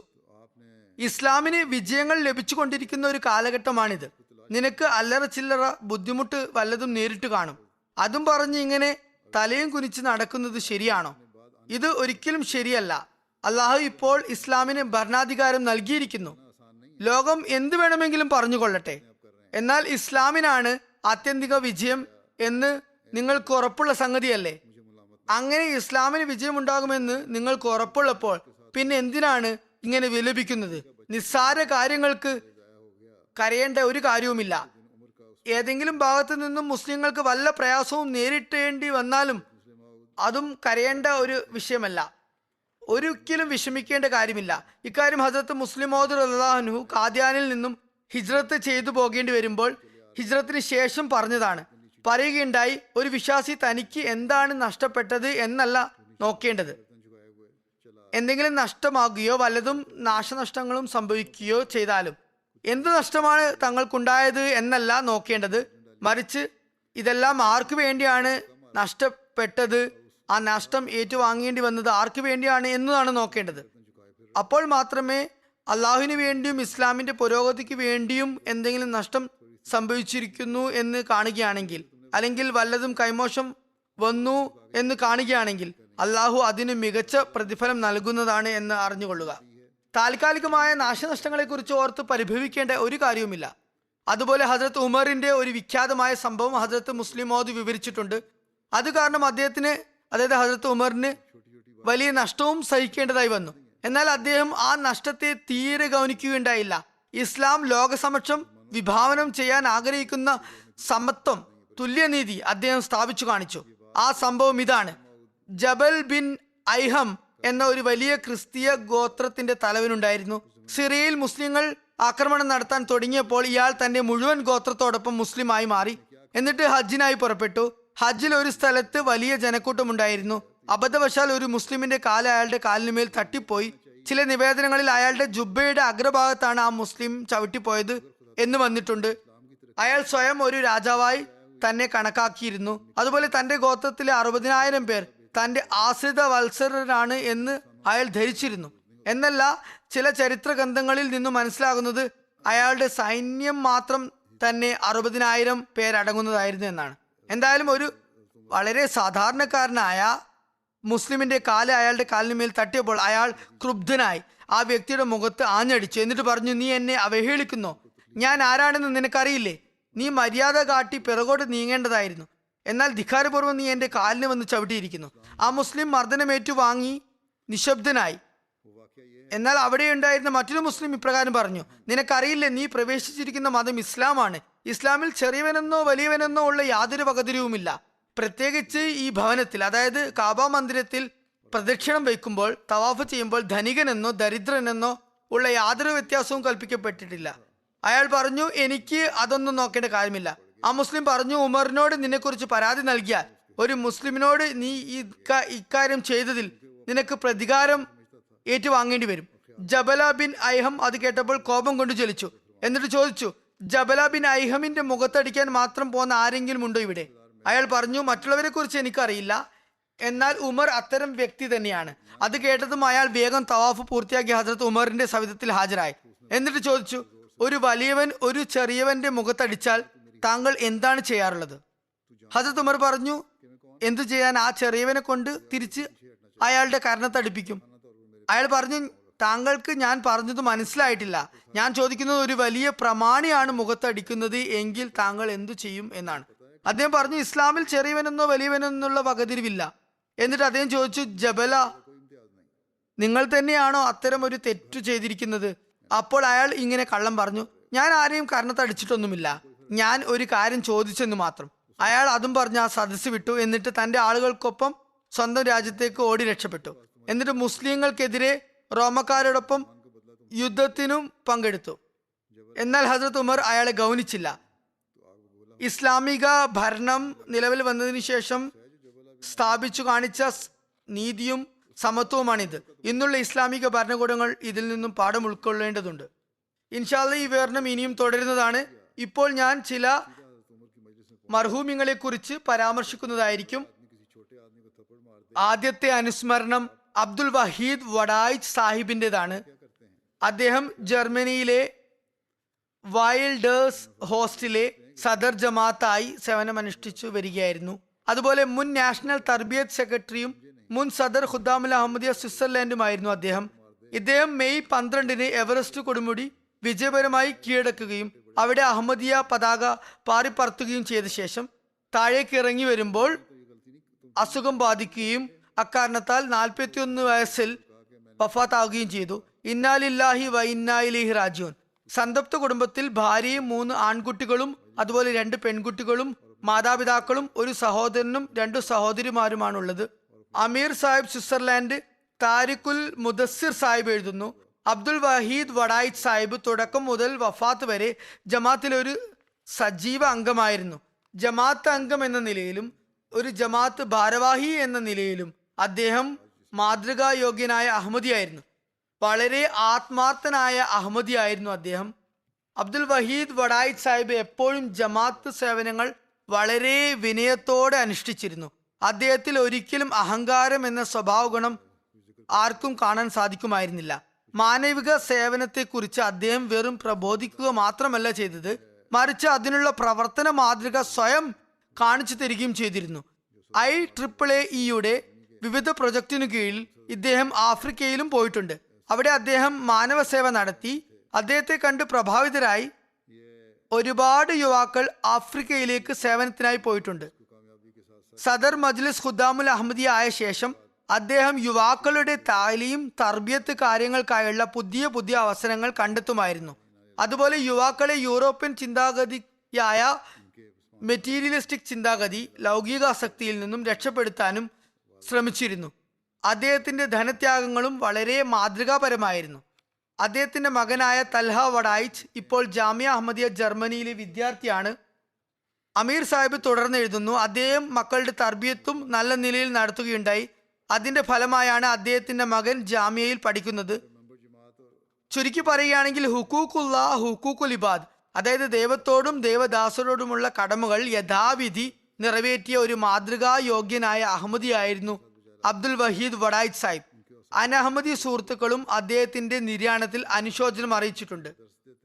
മിസ്റ്റർ സ്റ്റീഫൻ ലോഡ് എഴുതുന്നു, വഹീദ് വഡായിച്ച് സാഹിബ് അദ്ദേഹത്തോടൊപ്പം ഒരുപാട് വർഷം സിസ്കോം കമ്പനിയിൽ ജോലി ചെയ്തിട്ടുണ്ട്. അത് സ്വിറ്റ്സർലാൻഡിലെ ഏറ്റവും വലിയ ടെലികമ്മ്യൂണിക്കേഷൻ കമ്പനിയാണ്. ഏതാണ്ട് ഒരു വർഷം അദ്ദേഹത്തിന്റെ തന്നെ ടീമിൽ ഞാൻ ജോലി ചെയ്തിട്ടുണ്ട്. അദ്ദേഹത്തിന് ജോലി മേഖലയിലുണ്ടായ കഴിവ് മാത്രം കാരണമായിരുന്നില്ല ഞാൻ അദ്ദേഹത്തെ പ്രശംസിക്കുന്നത്, മറിച്ച് പ്രത്യേകമായ നിലയിൽ അദ്ദേഹത്തിന്റെ പ്രവർത്തന രീതികൾ, അദ്ദേഹത്തിന്റെ കർമ്മ രീതികൾ കാരണമായാണ് ഞാൻ അപ്രകാരം ചെയ്യുന്നത്. വഹീദ് വഡായിച്ച് സാഹിബ് സദാ സൽപ്രകൃതത്തോടെയായിരുന്നു പെരുമാറിയിരുന്നത്. അന്യരെ സഹായിക്കുന്നവനും സത്യസന്ധനും വിശ്വാസ്യത വെച്ചു പുലർത്തുന്ന വ്യക്തിയുമായിരുന്നു. ജോലിക്ക് പുറമെയുള്ള കാര്യങ്ങളും അദ്ദേഹത്തോടൊപ്പം സംസാരിച്ചു നിൽക്കാൻ എനിക്ക് വളരെ കൗതുകമായിരുന്നു. മൊറബി സാഹിബ് എഴുതുന്നു, അദ്ദേഹം വളരെ ഉത്കൃഷ്ടമായ സ്വഭാവ ഗുണങ്ങൾക്ക് ഉടമയായിരുന്നു. ഖിലാഫത്തിനോട് അനുരാഗപൂർണമായ ബന്ധമായിരുന്നു. സ്ഥിരമായി ജുമാ നമസ്കാരത്തിനായി പള്ളിയിൽ വരുമായിരുന്നു. മറ്റു നമസ്കാരങ്ങളും പള്ളിയിൽ വെച്ച് തന്നെ നമസ്കരിക്കാൻ കഴിവതും ശ്രമിക്കുമായിരുന്നു. അതുപോലെ തഹജ്ജുദും ശീലിച്ച വ്യക്തിയായിരുന്നു. നാഷണൽ സെക്രട്ടറി മാൽ ആയി റിസ്വാൻ സാഹിബ് സേവനം അനുഷ്ഠിക്കുന്നുണ്ട്. അദ്ദേഹം പറയുന്നു, മൈക്രോസോഫ്റ്റ് കമ്പനിയുടെ സ്വിറ്റ്സർലാൻഡിലെ ബ്രാഞ്ചിൽ സോഫ്റ്റ്വെയർ എഞ്ചിനീയറായി ജോലി ചെയ്യുകയായിരുന്നു അദ്ദേഹം. ഒരിക്കൽ എന്നോട് അദ്ദേഹം പറഞ്ഞു, മൈക്രോസോഫ്റ്റ് സ്വിറ്റ്സർലാൻഡിലെ ബ്രാഞ്ച് അടച്ചുപൂട്ടി അവർ സിലിക്കൺ വാലിയിലേക്ക് മാറുകയാണ്. അവർ എനിക്ക് കൂടെ പോകാനുള്ള ഒരുപാട് ഓഫറുകളും തന്നിട്ടുണ്ട്. എല്ലാ സൗകര്യങ്ങളും എനിക്ക് ലഭിക്കുമെന്നും എനിക്ക് അവർ ശമ്പളം കൂട്ടിത്തരുമെന്നും അതുപോലെ സ്വിറ്റ്സർലാൻഡിൽ നിന്നും എൻ്റെ വീട്ടു സാധനങ്ങളെല്ലാം തന്നെ അവർ തന്നെ ഷിഫ്റ്റ് ചെയ്യും എന്നുമൊക്കെ അവർ ഓഫർ ചെയ്തിട്ടുണ്ട്. എന്നാൽ അതെല്ലാം ഞാൻ നിരസിച്ചു എന്ന് അദ്ദേഹം എന്നോട് പിന്നെ പറയുകയുണ്ടായി. എനിക്ക് ഇവിടെ ജമാഅത്തിന്റെ സേവനങ്ങൾ ചെയ്യാനുണ്ട്, എൻ്റെ ചുമതലയിലുണ്ട് എന്നാണ് അതിനുള്ള കാരണം പറഞ്ഞത്. ഇവിടെ അതൊക്കെ ഉപേക്ഷിച്ച് ഞാൻ അങ്ങോട്ട് പോകാൻ താല്പര്യപ്പെടുന്നില്ല എന്ന് പറഞ്ഞു. എന്നിട്ട് കുറച്ച് നാളുകൾക്ക് ശേഷം എന്നോട് അദ്ദേഹം പറഞ്ഞു, അള്ളാഹുവിൻ്റെ അനുഗ്രഹത്താൽ ഇവിടെയുള്ള ബ്രാഞ്ചിനെ സ്വിറ്റ്സർലാൻഡിലെ വലിയ കമ്പനിയായ സ്വിസ്കോം വിലക്ക് വാങ്ങിയിരിക്കുന്നു. എന്നിട്ട് പറഞ്ഞു, അവരെന്നെ അങ്ങോട്ടേക്ക് കൊണ്ടുപോകുകയായിരുന്നു. എന്നാൽ അള്ളാഹു ഇവിടെ തന്നെ എനിക്ക് വേണ്ടിയുള്ള സൗകര്യമൊരുക്കി എന്ന് മാത്രമല്ല, ദൈവാധീനത്താൽ എനിക്ക് ഇവിടെ ലഭിക്കുന്ന ശമ്പളം എൻ്റെ മുൻ ബോസിന് ലഭിക്കുന്നതിലും കൂടുതലാണ്. നാഷണൽ സെക്രട്ടറി ഉമൂറെ ഖാരിജ സായിദ് സാഹിബ് പറയുന്നു, 26 വർഷമായി അദ്ദേഹത്തെ എനിക്കറിയാം. ഖുദ്ദാമുൽ അഹമ്മദിയയിൽ ഉള്ളപ്പോൾ മുതൽക്കേ അദ്ദേഹത്തോടൊപ്പം എനിക്ക് സേവനത്തിനുള്ള തൗഫീക്ക് ലഭിച്ചിട്ടുണ്ട്. വളരെ മാന്യദേഹവും നമസ്കാരം, വ്രതം ഇത്യാദി കാര്യങ്ങളിൽ കൃത്യനിഷ്ഠനും പ്രാർത്ഥനാശീലനും അധ്വാനശാലിയും ഖിലാഫത്തിനെ അഗാധമായി സ്നേഹിക്കുന്ന വ്യക്തിയും അനുസരിക്കുന്ന വ്യക്തിയുമായിരുന്നു. വാത്സല്യനിധിയായ സുഹൃത്തായിരുന്നു. വളരെ ജനസൗഹാർദ്ദനുമായിരുന്നു. യുവാവായിരിക്കുമ്പോൾ തന്നെ മറ്റു യുവാക്കളിൽ നിന്നും വേറിട്ട പ്രകൃതമുള്ള വ്യക്തിയായിരുന്നു. മർഹൂമിനെ ഒരിക്കലും കോപിഷ്ഠനായി ഞാൻ കണ്ടിട്ടില്ല എന്ന് മാത്രമല്ല, അദ്ദേഹത്തിന്റെ മുഖഭാവത്തിലോ സംഭാഷണ ശൈലിയിലോ കോപത്തിന്റെ അടയാളം പോലും എനിക്ക് കാണാൻ സാധിച്ചിട്ടില്ല. ഒരിക്കലും ഉച്ചത്തിലോ കർക്കശമായോ സംസാരിക്കുന്നതായും കണ്ടിട്ടില്ല. ഞങ്ങളുടെ ഭാഗത്തു നിന്നും വല്ല വീഴ്ചയും വന്നാൽ തന്നെയും ഞങ്ങളെ ഒറ്റയ്ക്കും വിളിച്ച് സൗമ്യമായി തന്നെ എല്ലാ കാര്യങ്ങളും പറഞ്ഞു മനസ്സിലാക്കി തരുമായിരുന്നു. ചെറിയവരോടും മൂത്തവരോടും എപ്പോഴും സൽസ്വഭാവത്തോടും പ്രസന്ന ഭാവത്തോടുമായിരുന്നു അദ്ദേഹം ഇടപഴകിയിരുന്നത്. ഒരു ചെറു പുഞ്ചിരി അദ്ദേഹത്തിന്റെ മുഖത്ത് എപ്പോഴും കളിയാടുമായിരുന്നു.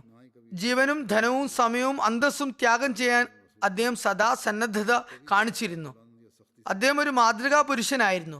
സ്വിറ്റ്സർലാൻഡിലെ ഒരുപാട് യുവാക്കൾക്ക് വിദ്യാഭ്യാസ കാര്യങ്ങളിലും അതുപോലെ അവരുടെ ഭാവി കാര്യങ്ങൾ തീരുമാനിക്കുന്നതിലും മർഹൂം മാർഗനിർദ്ദേശം നൽകി എന്ന് മാത്രമല്ല, ഡസൻ കണക്കിന് പേർക്ക് ജീവിതമാർഗവും അദ്ദേഹം ഒരുക്കി കൊടുത്തിട്ടുണ്ട്, ജോലിയും നൽകിയിട്ടുണ്ട്. ഖുദ്ദാമുൽ അഹമ്മദിയയുടെ കീഴിൽ അദ്ദേഹം അഹമ്മദിയ ഹൈക്കിംഗ് ക്ലബും സ്ഥാപിച്ചു. അനവധി യുവാക്കൾക്ക് ഹൈക്കിംഗ് അദ്ദേഹം പരിചയപ്പെടുത്തി. അസാധാരണമായ നിശ്ചയദാർഢ്യമുള്ള വ്യക്തിയായിരുന്നു. പറയുന്നു, ഞാൻ ഒരിക്കൽ അദ്ദേഹത്തോട് ചോദിച്ചു, താങ്കൾക്ക് ഹൈക്കിംഗ് ചെയ്യുമ്പോൾ ഭയമുണ്ടാകാറില്ലേ? പറഞ്ഞു, എനിക്ക് പേടിയൊക്കെ തോന്നാറുണ്ട്. എൻ്റെ കുടുംബത്തിനും അക്കാര്യം അത്ര ഇഷ്ടമല്ല. എന്നാൽ ഞാൻ അതിനൊരു പോംവഴി കണ്ടെത്തി. ഞാൻ കാലത്തിന്റെ ഖലീഫയെ മുലാഖാത്ത് ചെയ്തു.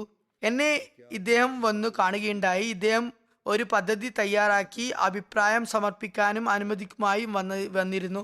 എൻ്റെ അംഗീകാരം ലഭിച്ചാൽ 7 വൻകരകളിലുമുള്ള ഏറ്റവും ഉയർന്ന കൊടുമുടികൾ കീഴടക്കുമെന്നും അവിടെ അഹമ്മദിയ പതാക പാറിപ്പറത്തുമെന്നും അദ്ദേഹം ആഗ്രഹം പ്രകടിപ്പിച്ചു. അദ്ദേഹം പറഞ്ഞിരുന്നത് ഞാൻ അതിന് സമ്മതിക്കാതിരിക്കുമോ എന്ന് ഭയമുണ്ടായിരുന്നു എന്നാണ്. ഞാൻ പറഞ്ഞു, കൊടി സ്ഥാപിച്ചു കൊള്ളുക, പോകാൻ സാധിക്കുമെങ്കിൽ താങ്കൾ അപ്രകാരം ചെയ്തു കൊള്ളുക. അപ്പോൾ പറഞ്ഞു, ഇൻഷാ അല്ലാ, ഇനി ഞാൻ അങ്ങനെ തന്നെ ചെയ്യുന്നതാണ്. അതിനുശേഷം ആ യുവാവ് പിന്നെ തിരിഞ്ഞു നോക്കിയിട്ടേയില്ല. തന്റെ മഹത്തായ ലക്ഷ്യം കരസ്ഥമാക്കുന്നതിനായി അദ്ദേഹം കിണഞ്ഞു പരിശ്രമിച്ചു. ഓരോന്നായി അദ്ദേഹം കൊടുമുടികൾ കീഴടക്കിക്കൊണ്ടിരുന്നു. മർഹൂമിന് ലോകത്തിലെ ഏറ്റവും വലിയ കൊടുമുടിയായ മൗണ്ട് എവറസ്റ്റിലും അഹമ്മദിയ പതാക പറത്താനുള്ള സൗഭാഗ്യം ലഭിച്ചു.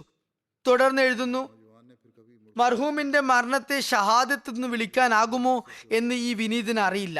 എന്നാൽ ഒരു ഷഹാദത്ത് വരിക്കാൻ ആഗ്രഹിക്കുന്ന ഒരു സൽപ്രകൃതനായ ഒരു വ്യക്തിയുടെ വിശ്വാസപരമായ ആവേശം മർഹൂമിൽ ഉള്ളതായി ഞാൻ എൻ്റെ നിരീക്ഷണത്തിൽ നിന്നും മനസ്സിലാക്കിയിട്ടുണ്ട്. എന്നാൽ എൻ്റെ അഭിപ്രായത്തിൽ ഒരു സദുദ്ദേശത്തോടും സദ്വികാരത്തോടും ഇസ്ലാമിൻ്റെയും അഹമ്മദത്തിൻ്റെയും അള്ളാഹുവിൻ്റെയും തൗഹീദിൻ്റെയും സന്ദേശം എത്തിക്കാനാണ് മർഹൂം പരിശ്രമിച്ചത്. അതിൽ ആ വ്യക്തി സാഫല്യം കൈവരിക്കുകയും ചെയ്തു. ആ ലക്ഷ്യത്തിനായുള്ള യാത്രയിലാണ് ദൈവത്തിൻ്റെ സന്നിധാനം അദ്ദേഹം പുൽകിയതും. അദ്ദേഹം തീർച്ചയായും ഷഹാദത്തിന്റെ പദവി കരസ്ഥമാക്കി കാണും. അള്ളാഹു അദ്ദേഹത്തിന് ഷഹാദത്തിന്റെ പദവി നൽകട്ടെ എന്നും ശുഹദാക്കളിൽ ഇടം നൽകട്ടെ എന്നും ഞാൻ ദുആ ചെയ്യുകയാണ്. അദ്ദേഹത്തിന്റെ ആദരണീയ പിതാവ് ഖാദിം ഹുസൈൻ വടായ് സാഹിബ് എഴുതുന്നു, ഞങ്ങളുടെ മകൻ മുന്നോട്ട് ഗമിക്കുകയും ഒന്ന് കഴിഞ്ഞ് അടുത്തത് എന്ന നിലയിൽ ഓരോരോ കൊടുമുടി താണ്ടുകയും ചെയ്യുകയും പിന്തിരിഞ്ഞു നോക്കാതിരിക്കുകയും ചെയ്യുന്നത് ഞങ്ങൾ കാണുന്നുണ്ടായിരുന്നു. എന്നോട് സുഹൃത്തുക്കൾ ചോദിക്കുമായിരുന്നു, താങ്കൾ എന്തുകൊണ്ട് അവനെ തടയുന്നില്ല? ഇത് വളരെ അപകടകരമായ വിനോദമാണ്. ഞാൻ അവർക്ക് മറുപടി നൽകുമായിരുന്നു, ഞാൻ തടഞ്ഞാലും അവൻ അതിൽ നിന്നും പിന്തിരിയുമെന്ന് തോന്നുന്നില്ല. കാരണം ലോകത്തുള്ള എല്ലാ ഉയരങ്ങളിലും ജമാഅത്തിന്റെ വെന്നിക്കൊടി ഉയർത്തണമെന്ന് ഉള്ള അതിയായ അഭിവാഞ്ച അവനിലുണ്ട്. അള്ളാഹുവിന്റെ തൗഹീദിന്റെ സന്ദേശം എത്തിക്കണമെന്ന് അവൻ ആഗ്രഹിക്കുന്നു. ഒരു സഹോദരൻ എഴുതുന്നു, ഞാൻ ഒരിക്കൽ സദർ സാഹിബിനോട് ഇദ്ദേഹത്തോട് ചോദിച്ചു, താങ്കൾ പർവ്വത മുകളിൽ കയറുമ്പോൾ സ്വയം മോട്ടിവേറ്റ് ചെയ്യാനായി ഫോണിൽ എന്താണ് കേൾക്കാറുള്ളത്? സദർ സാഹിബ് എന്നോട് പറഞ്ഞു, ഞാൻ ഹസ്രത്ത് മസീഹ് ഇസ്ലാമിന്റെ പുസ്തകങ്ങൾ ഡൗൺലോഡ് ചെയ്തു വെച്ചിട്ടുണ്ട്. യാത്രയിൽ അവയാണ് ഞാൻ കേൾക്കാറുള്ളത്. അതുപോലെ പറയുന്നു, ഞാൻ ഒരിക്കൽ സദർ സാഹിബിനോട് ചോദിച്ചു, ഇത്രയും ഉയരത്തിലും അതുപോലെ കൊടിയ ശൈത്യത്തിലും താങ്കൾ എങ്ങനെയാണ് നമസ്കരിക്കുന്നത്? അപ്പോൾ അദ്ദേഹം പറഞ്ഞു, മുറബി സാഹിബേ, ഞാൻ മലനിരകളിൽ ആരാധനകൾ നടത്തുന്നത് വളരെ ആസ്വദിച്ചാണ്. എനിക്ക് എപ്പോഴും തോന്നാറുള്ള കാര്യം, അള്ളാഹുവിന്റെ പ്രവാചകന്മാരും മലമുകളിൽ ചെന്ന് ഏകാന്തതയിലും ലോകത്തിന്റെ ബഹളങ്ങളിൽ നിന്നുമൊക്കെ അകന്നു നിന്നും ആരാധനകൾ നടത്തിയിട്ടുണ്ട് എന്നാണ്. പറയുന്നു അബ്ദുൽ വഹീദ് വഡായിത്ത് സാഹിബ് എനിക്ക് ഒരിക്കൽ ഒരു യാത്രയിൽ നടന്ന സംഭവം കേൾപ്പിക്കുകയുണ്ടായി. അദ്ദേഹം നോർത്ത് അലാസ്കയിലുള്ള ധനാലി പർവ്വതത്തിൽ കയറുകയായിരുന്നു. ലോകത്തിൽ വച്ച് ഏറ്റവും ശൈത്യമേറിയ പർവ്വതമാണിത്. ആ യാത്രയിൽ അദ്ദേഹത്തിന്റെ ഷഹാദത്ത് വിരൽ, ചൂണ്ടുവിരൽ മരവിച്ചുപോയി, ഫ്രീസായിപ്പോയി. അദ്ദേഹം ഡോക്ടറിന് ആ മുറിവ് കാണിച്ചു കൊടുത്തു. അതിൽ വ്രണം ഉണ്ടായി കഴിഞ്ഞിരുന്നു. ഡോക്ടർ പറഞ്ഞു, ഇത് പൂർണ്ണമായും മരവിച്ചിരിക്കുകയാണ്. ഇതിപ്പോൾ ശരീരത്തിന്റെ ഭാഗമല്ലാതായി മാറിയിരിക്കുന്നു. അതുകൊണ്ട് ഇത് പെട്ടെന്ന് തന്നെ മുറിച്ചു നീക്കേണ്ടി വരും. ഇത് നിർജീവമായി കഴിഞ്ഞിരിക്കുന്നു. അദ്ദേഹം പറഞ്ഞു, ഇത് ഷഹാദത്ത് വിരലാണ്. നമസ്കാരത്തിൽ അള്ളാഹുവിന്റെ ഏകത്വത്തിന് ഇത് മുഖേനയാണ് ഞങ്ങൾ സാക്ഷ്യം വഹിക്കാറുള്ളത്. അതുകൊണ്ട് ഈ വിരൽ ഞാൻ ഒരിക്കലും തന്നെ മുറിക്കുകയില്ല. അതിനുശേഷം അള്ളാഹുവിന്റെ അനുഗ്രഹം എങ്ങനെയുണ്ടായി എന്നാൽ ദുആകൾ കാരണമായി ആ വിരൽ പൂർണ്ണമായും സൗഖ്യം പ്രാപിച്ചു. അള്ളാഹു അദ്ദേഹത്തിന്റെ മക്കൾക്കും അദ്ദേഹത്തിന്റെ നന്മകൾ പിന്തുടരാനുള്ള തൗഫീക്ക് നൽകുമാറാകട്ടെ. ജനങ്ങൾ വർണ്ണിച്ച അദ്ദേഹത്തിന്റെ സവിശേഷതകൾ ഞാനും അദ്ദേഹത്തിൽ കണ്ടിട്ടുണ്ട്. അവ അദ്ദേഹത്തിൽ അതിലും ഉപരിയായ നിലയിൽ ഉണ്ടായിരുന്നു. ഖിലാഫത്തിന്റെ എല്ലാ കൽപ്പനകൾക്കും ലബ്ബൈക്ക് പറയുന്ന ഒരു വ്യക്തിയായിരുന്നു അദ്ദേഹം. വെറും വാക്ക് പറയുന്ന വ്യക്തിയായിരുന്നില്ല. വിശ്വസ്തതയിലും ആത്മാർത്ഥതയിലും മുന്നിട്ട വ്യക്തിയും അതുപോലെ കൂടുതൽ പുരോഗമിച്ചു കൊണ്ടേയിരുന്ന വ്യക്തിയുമായിരുന്നു. ചിലരുടെ മരണശേഷം നമുക്കൊരു വിള്ളൽ അനുഭവപ്പെടാറുണ്ട്. അക്കൂട്ടത്തിലായിരുന്നു അദ്ദേഹവും. എന്തായാലും ഞാൻ പറഞ്ഞതുപോലെ അള്ളാഹുവിന്റെ ദീനിന്റെയും അവന്റെ തൗഹീദിന്റെയും കൊടി എല്ലാ ഉയരങ്ങളിലും പാറി പറത്തുക എന്നത് അദ്ദേഹത്തിന്റെ ലക്ഷ്യമായിരുന്നു. അതിൽ അദ്ദേഹത്തിന് സഫലത കൈവന്നു. അള്ളാഹു അദ്ദേഹത്തിന് മഗ്ഫിറത്തും കാരുണ്യവും നൽകുമാറാകട്ടെ. അദ്ദേഹത്തിന്റെ പദവികൾ ഉയർത്തുമാറാകട്ടെ. അടുത്ത അനുസ്മരണം ഡോക്ടർ അബ്ദുൽ മലിക് ഷമീം സാഹിബിന്റെ ഭാര്യ അമത്തുന്നൂർ സാഹിബയുടേതാണ്. അവർ സാഹിബ്സാദി അമത്തുർ റഷീദ് ബീഗം സാഹിബയുടെയും മിയ അബ്ദുറഹ്മാൻ സാഹിബിന്റെയും മകളായിരുന്നു. ജൂൺ 15 വാഷിംഗ്ടണിലാണ് ഇവർ വഫാത്തായത്. ഇന്നാ ലില്ലാഹി വ ഇന്നാ ഇലൈഹി റാജിഊൻ. ദൈവാനുഗ്രഹത്താൽ ഇവർ മൂസിയ ആയിരുന്നു. അവർ ഹസരത്ത് മസീഹ് മൗഊദ് അലൈഹി ഇസ്ലാമിന്റെ പേരക്കുട്ടിയുടെ മകളും അതുപോലെ മാതാവിന്റെ ഭാഗത്തു നിന്നും ഹസരത്ത് ഖലീഫത്തുൽ മസീഹ് അവലിന്റെ മകളുടെ പേരമകളുമായിരുന്നു.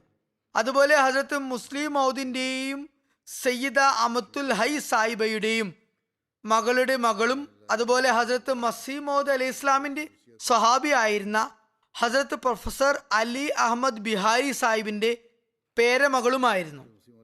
അവരുടെ വിവാഹം ഞാൻ ആദ്യം പറഞ്ഞതുപോലെ ഡോക്ടർ അബ്ദുൽ മാലിക് ഷമീം സാഹിബുമായാണ് നടന്നത്. അദ്ദേഹം മൗലവി അബ്ദുൽ ബാക്കി സാഹിബിന്റെ മകനായിരുന്നു. അള്ളാഹു അവർക്ക് 2 പെൺകുട്ടികളെ പ്രദാനം ചെയ്തിരുന്നു. അവരുടെ നിക്കാഹ് ഖുത്ബയിൽ ഹസരത്ത് ഖലീഫത്തുൽ മസീഹ് മൂന്നാമൻ ഖുറാനിക വചനങ്ങൾക്ക് ശേഷം നിക്കാഹ് വേളയിൽ സ്ഥിരമായി പാരായണം ചെയ്യുന്ന ഖുറാനിക വചനങ്ങൾ ഓതി. അതിലൊരു ഖുറാനിക വചനം ഖൗലുൻ സദീദ്, നേരായ വാക്കുകൾ പറയുക എന്നതിനെ കുറിച്ചുണ്ട്. അത് ഓതിയതിനു ശേഷം പറഞ്ഞു, കർമ്മ സംസ്കരണത്തിനായി നേരെ ചൊവ്വയുള്ള വാക്കുകൾ അനിവാര്യമാണ്. ദുഷ്കർമ്മങ്ങളുടെ ഫലമായാണ് മിക്കപ്പോഴും കഷ്ടപ്പാടുകളും ദുരിതങ്ങളും ഉടലെടുക്കുന്നത്.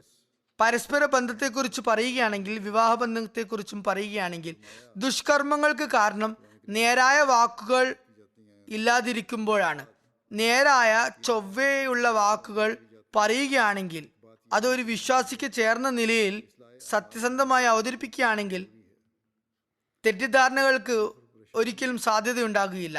അതുപോലെ ഒരു തരത്തിലുള്ള അസ്വാരസ്യങ്ങൾക്കും പ്രയാസങ്ങൾക്കുമുള്ള വകയും അങ്ങനെ ഉണ്ടാകുന്നതല്ല. അള്ളാഹു നമുക്കേവർക്കും സ്വാലിഹായ കർമ്മങ്ങൾ ചെയ്യാനുള്ള തൗഫീക്ക് നൽകുമാറാകട്ടെ. നമ്മുടെ എല്ലാവരുടെയും കർമ്മങ്ങൾ സംസ്കരിക്കാനുള്ള ഉപാധികൾ അള്ളാഹു തന്നെ സൃഷ്ടിക്കുമാറാകട്ടെ. നമുക്ക് ഒരു വ്യതിരിക്തമായ സവിശേഷതയായി മാറും വിധം നേരായ വാക്കുകൾ പറയുന്ന ശീലം ഉണ്ടാകട്ടെ. അതോടൊപ്പം വേറെയും നിക്കാഹുകൾ നടന്നിരുന്നു. 5-6 നിക്കാഹുകൾ ഉണ്ടായി. അദ്ദേഹം ഇവരുടെ നിക്കാഹിനെ കുറിച്ചും പറഞ്ഞു. ഇതിലൊരു നിക്കാഹ് പ്രിയത്തിന്റെയും ബന്ധുത്വത്തിന്റെയും കാരണമായി എൻ്റെ വേണ്ടപ്പെട്ട ഒരു മോളുടേതാണ്. അവൾ മിയ അബ്ദുൾ റഹീം സാഹിബിൻ്റെയും എൻ്റെ ഇളയ സഹോദരി അമത്തുർ റഷീദ് ബേഗമിൻ്റെയും മകളാണ്. അവരുടെ നിക്കാഹ് മൗലവി അബ്ദുൽ ബാക്കി സാഹിബിൻ്റെ മകൻ ഡോക്ടർ അബ്ദുൽ മാലിക് ഷമീം സാഹിബുമായാണ് നടക്കുന്നത്. എന്നിട്ട് അദ്ദേഹം പറഞ്ഞു, അള്ളാഹു ഈ ബന്ധത്തെയും ബാക്കി 5 വൈവാഹിക ബന്ധങ്ങളെയും തൻ്റെ കാരുണ്യത്താൽ സന്തോഷങ്ങൾ നിറഞ്ഞതാക്കട്ടെ എന്ന് ദുആ ചെയ്യുന്നു. തുടർന്ന് പറഞ്ഞു, എല്ലാ ഇണകളും അഹമ്മദിയത്തിനും ഇസ്ലാമിനും നന്മ വരുത്താൻ വേണ്ടി പരിശ്രമിക്കേണ്ടതാണ്. അഹമ്മദിയത്തിന് ഇസ്ലാമിൻ്റെ സർവാധിപത്യം ആത്യന്തികമായി കരഗതമാക്കാൻ ഒരു സുദീർഘകാലം കഠിനാധ്വാനത്തോടെ പ്രവർത്തിക്കേണ്ടതായി വരും. അതിനായി ഓരോരോ തലമുറയുടെയും ശരിയായ തർബിയത്ത് നടത്തുകയും അതുപോലെ അവരെ സദ്വിചാരങ്ങളുള്ളവരാക്കി മാറ്റുകയും അത്യന്താപേക്ഷിതമാണ്. അള്ളാഹുവിൻ്റെ കാരുണ്യം നമ്മോടൊപ്പം ഇല്ലെങ്കിൽ എല്ലാ മാനുഷിക പ്രയത്നങ്ങളും വ്യർത്ഥവും അസമർത്ഥവും വിഫലവുമാണ്. അതുകൊണ്ട് നാം ദുആ ചെയ്യുന്നത് ജമാഅത്തിനകത്ത് ഇപ്പോൾ നടന്ന ബന്ധങ്ങളും വരാനിരിക്കുന്ന ഓരോ വൈവാഹിക ബന്ധങ്ങളും മുഖേന ദൈവാനുഗ്രഹത്താൽ ഇസ്ലാമിന് സുദൃഢതയും അതുപോലെ പ്രബലതയും ലഭിക്കുമാറാകട്ടെ എന്നാണ്. സാഹിബ് സാദി അമത്തുന്നൂർ സാഹിബയ്ക്ക് ജമാഅത്തിന്റെ സേവനങ്ങളും ചെയ്യാൻ സാധിക്കുകയുണ്ടായി. നാഷണൽ സെക്രട്ടറി തർബിയത്ത് അമേരിക്ക, നാഷണൽ നായിബ് സദർ അമേരിക്ക, ലോക്കൽ സദർ ലജ്ന വാഷിംഗ്ടൺ, അതുപോലെ വിവിധ കമ്മിറ്റികളുടെ മെമ്പറായി അവർക്ക് സേവനമനുഷ്ഠിക്കാൻ സാധിച്ചു. അവരുടെ മൂത്ത മകൾ അമത്തുൽ മുജീബ് പറയുന്നു, ദീനിനെ ദുനിയാവിനേക്കാൾ മുന്തിച്ചിരുന്ന സ്ത്രീയായിരുന്നു. ജനങ്ങളോട് അങ്ങേയറ്റത്തെ അനുകമ്പയായിരുന്നു പ്രകടിപ്പിച്ചിരുന്നത്. ഉമ്മ ആരെയെങ്കിലും സഹായിക്കുമെങ്കിൽ അത് അസാധാരണമായ നിലയിലുള്ളതായിരിക്കും. ആരാധനാ കൃത്യങ്ങളിൽ വളരെയധികം ദത്തശ്രദ്ധയായിരുന്നു. 5 നേരം നമസ്കാരങ്ങൾ കൂടാതെ പറയുന്നു, രാത്രി എപ്പോഴൊക്കെ ദിവസവും ഞാൻ കണ്ണു തുറന്നു നോക്കുമ്പോൾ തജ്ജുദ് നമസ്കരിക്കുന്നതായി അവരെ കണ്ടിട്ടുണ്ട്. പറയുന്നു, അവരുടെ ഭർത്താവ് ഒരു അപകടത്തിൽ മരണപ്പെട്ടിരുന്നു. മകൾ പറയുകയാണ്, ഞങ്ങളുടെ പിതാവിൻ്റെ മരണശേഷം ഉമ്മ 20 വർഷം വിധവയായി ജീവിതം കഴിച്ചുകൂട്ടി. ആ അവസ്ഥയിലും അവർ അള്ളാഹുവിൽ അങ്ങേയറ്റത്തെ തവക്കുൽ, അള്ളാഹുവിൽ സർവവും ഭരമേൽപ്പിക്കുന്ന ഒരു മാതൃക കാണിച്ചു.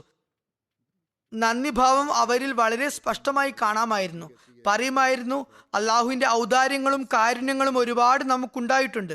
പറയുന്ന എപ്പോഴും അവർ ഇപ്രകാരം പറയുന്നതായി ഞാൻ കേട്ടിട്ടുണ്ട്, അള്ളാഹുവിൻ്റെ വാഗ്ദാനമാണ്, നിങ്ങൾ നന്ദി പ്രകടിപ്പിച്ചാൽ ഞാൻ നിങ്ങൾക്ക് അധികരിച്ചു തരുന്നതാണ്. അതുകൊണ്ട് നിങ്ങൾ എൻ്റെ നന്ദിയുള്ള ദാസരാകുക എന്ന്. എപ്പോഴും ഹൃദയം തുറന്ന നിലയിലും അതുപോലെ സന്തോഷഭരിതമായ നിലയിലും വയ്ക്കുമായിരുന്നു.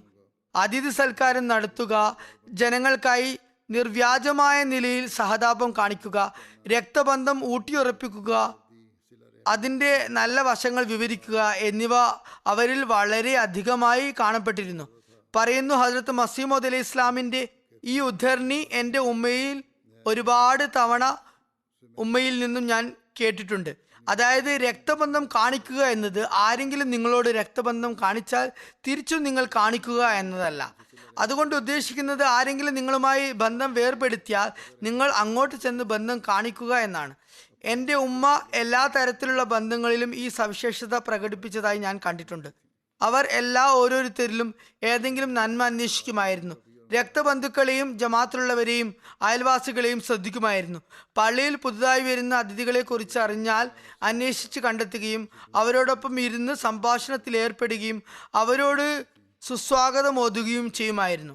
ഒരുപാട് പേർ അവരെക്കുറിച്ച് വളരെ സ്നേഹനിധിയായ സ്ത്രീയാണ് അവർ എന്ന് പറഞ്ഞിട്ടുണ്ട്.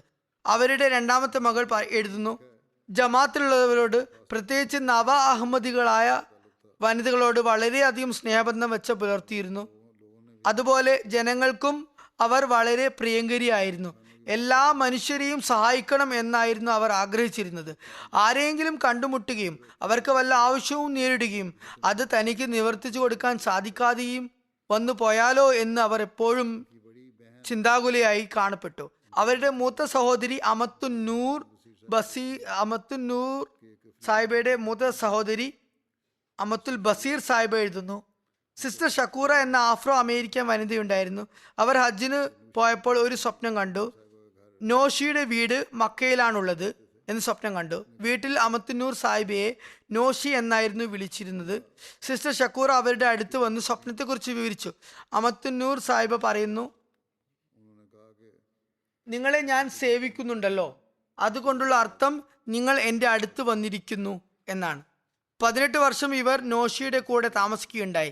അവരുടെ സഹോദരി അമത്തുൽ ബസീർ സാഹിബ എഴുതുന്നു, 18 വർഷക്കാലം സിസ്റ്റർ ഷക്കൂറ എന്ന ആഫ്രോ അമേരിക്കൻ വനിതയെ നോഷി കൂടെ താമസിപ്പിക്കുകയുണ്ടായി. 8 വർഷം അവർ പൂർണ്ണമായും ശയ്യാവലംബിയായിരുന്നു, കിടപ്പ് രോഗിണിയായിരുന്നു, കാഴ്ചയും നഷ്ടപ്പെട്ടിരുന്നു. നോഷി അവരെ ഒരുപാട് പരിചരിച്ചു, അവരെ നമസ്കരിപ്പിക്കുകയും ചെയ്യുമായിരുന്നു, കാരണം അവർക്ക് മറവിയുടെ പ്രശ്നമുണ്ടായിരുന്നു. സിസ്റ്റർ ഷക്കൂറിനെ ഒരുപാട് ശുശ്രൂഷിക്കുന്നതായി ഞാൻ കണ്ടിട്ടുണ്ട്. ഞാൻ അമേരിക്കയിൽ പോയപ്പോൾ നോഷി അവരെ എന്നെ കാണിക്കാനായി സ്വയം തന്നെ വീൽ ചെയറിൽ ഇരുത്തി കൊണ്ടുവരികയുണ്ടായി. സിസ്റ്റർ ഷക്കൂറയും അവരുടെ സേവനത്തിന് വളരെയധികം നന്ദി പ്രകടിപ്പിക്കുമായിരുന്നു. അവർക്ക് തബ്ലീഗിനും വളരെയധികം താല്പര്യമായിരുന്നു. ഏതെങ്കിലുമൊക്കെ തരത്തിൽ അഹമ്മദിയത്തിനെ പരിചയപ്പെടുത്താൻ അവർ ശ്രമിച്ചുകൊണ്ടേയിരുന്നു. പാകിസ്ഥാനിൽ എവിടെയാണ് എന്ന് ചോദിക്കുന്നവരോടൊക്കെ എപ്പോഴും റബുവയിൽ നിന്നാണ് ഞാൻ വരുന്നത് എന്ന് പറഞ്ഞ് പിന്നീട് അഹമ്മദിയത്തിനെ കുറിച്ച് സംസാരം തുടങ്ങുമായിരുന്നു. ഒരു ജൂത കുടുംബത്തിന് അഹമ്മദിയത്തിൽ വരാനുള്ള സൗഭാഗ്യമുണ്ടായി. ആ കുടുംബത്തിലെ ഒരു സ്ത്രീയുടെ പേര് റുഖയ്യ അസദ് എന്നായിരുന്നു. അവർ അമേരിക്കയുടെ നാഷണൽ ആമിലയിലും ഉണ്ടായിരുന്നു. അവർ പറയുന്നു, അമത്തുന്നൂർ സാഹിബ എല്ലാവർക്കും വളരെ പ്രിയങ്കരിയായിരുന്നു. എല്ലാവരും അവരിൽ നിന്നും ഗുണമെടുക്കുമായിരുന്നു. അവരുടെ സഹവാസം ലഭിച്ച എല്ലാവരും അവരുടെ ഗുണഗണങ്ങളെ ഒരുപാട് പ്രകീർത്തിച്ചിട്ടുണ്ട്. അവർ കർമ്മരൂപേണ തൻ്റെ ജീവിതം ഇസ്ലാം അഹമ്മദിയത്തിന് അനുഗുണമായി കഴിച്ചുകൂട്ടി. അക്കാരണത്താൽ ആളുകൾ അവരാൽ പ്രഭാവിതരായിരുന്നു. അവർക്ക് എല്ലാവർക്കും ഒരു മാതൃക കാഴ്ചവെക്കാൻ സാധിച്ചു.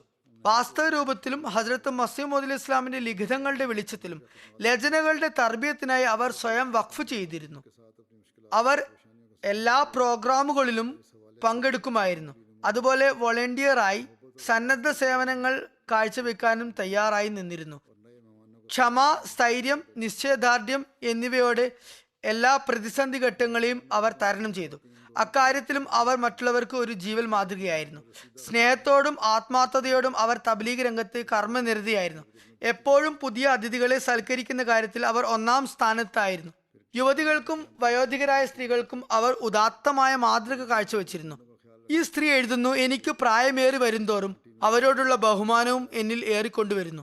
നമ്മൾ പറയാറുണ്ട്, നമ്മൾ സൃഷ്ടി സേവനം ചെയ്യണം, ദരിദ്രർക്കും അഗതികൾക്കും സഹായം എത്തിക്കണം എന്നൊക്കെ. എന്നാൽ നൗഷി ആൻറ്റി കുടുംബത്തിലില്ലാത്തവരെ പോലും സേവിക്കുന്നതിനായി വർഷങ്ങളോളം തൻ്റെ സ്വന്തം സമയം ത്യജിക്കുന്ന സ്ത്രീയായിരുന്നു. സ്വന്തം കാര്യത്തിനായി സമയം നീക്കിവെക്കാതെ എപ്പോഴും സേവന നിരതയായി തുടർന്നിരുന്നു.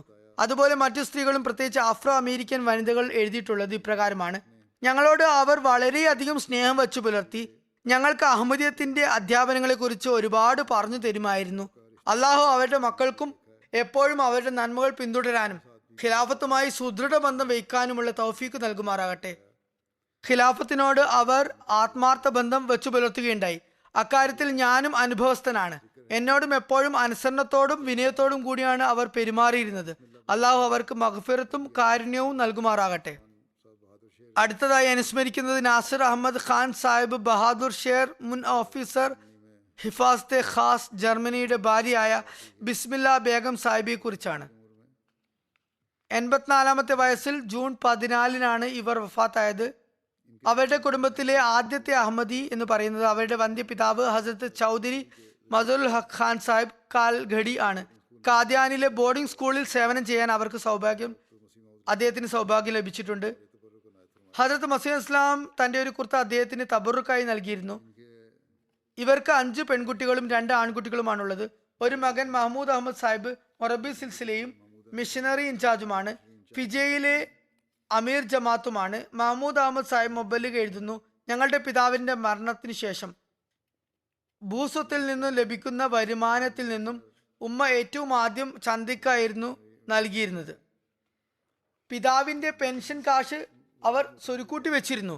എവിടെയും അത് വിനിയോഗിക്കാതെ സൂക്ഷിച്ചു വെച്ചു. എന്നിട്ട് ആ കാശ് കൊണ്ട് താഹിറാബാദിൽ ഒരു മസ്ജിദ് പണി കഴിപ്പിച്ചു. അവർ ഞങ്ങളെ എപ്പോഴും ഉപദേശിച്ചിരുന്നത് ഖിലാഫത്തിന്റെ കോന്തല എപ്പോഴും മുറുകെ പിടിക്കണമെന്നായിരുന്നു. പറയുന്നു, ഉപ്പ മരിച്ച ശേഷം ഉമ്മയാണ് മാതാപിതാക്കൾ രണ്ടുപേരുടെയും സ്നേഹം ഞങ്ങൾക്ക് തന്ന് വളർത്തിയത്. ഉപ്പയില്ലാത്ത കുറവ് ഒരിക്കലും ഞങ്ങൾക്ക് തോന്നിയിട്ടേയില്ല. ആ സമയത്ത് ഞാൻ ജാമിയ അഹമ്മദിയയിലെ ആദ്യ വർഷ വിദ്യാർത്ഥിയായിരുന്നു.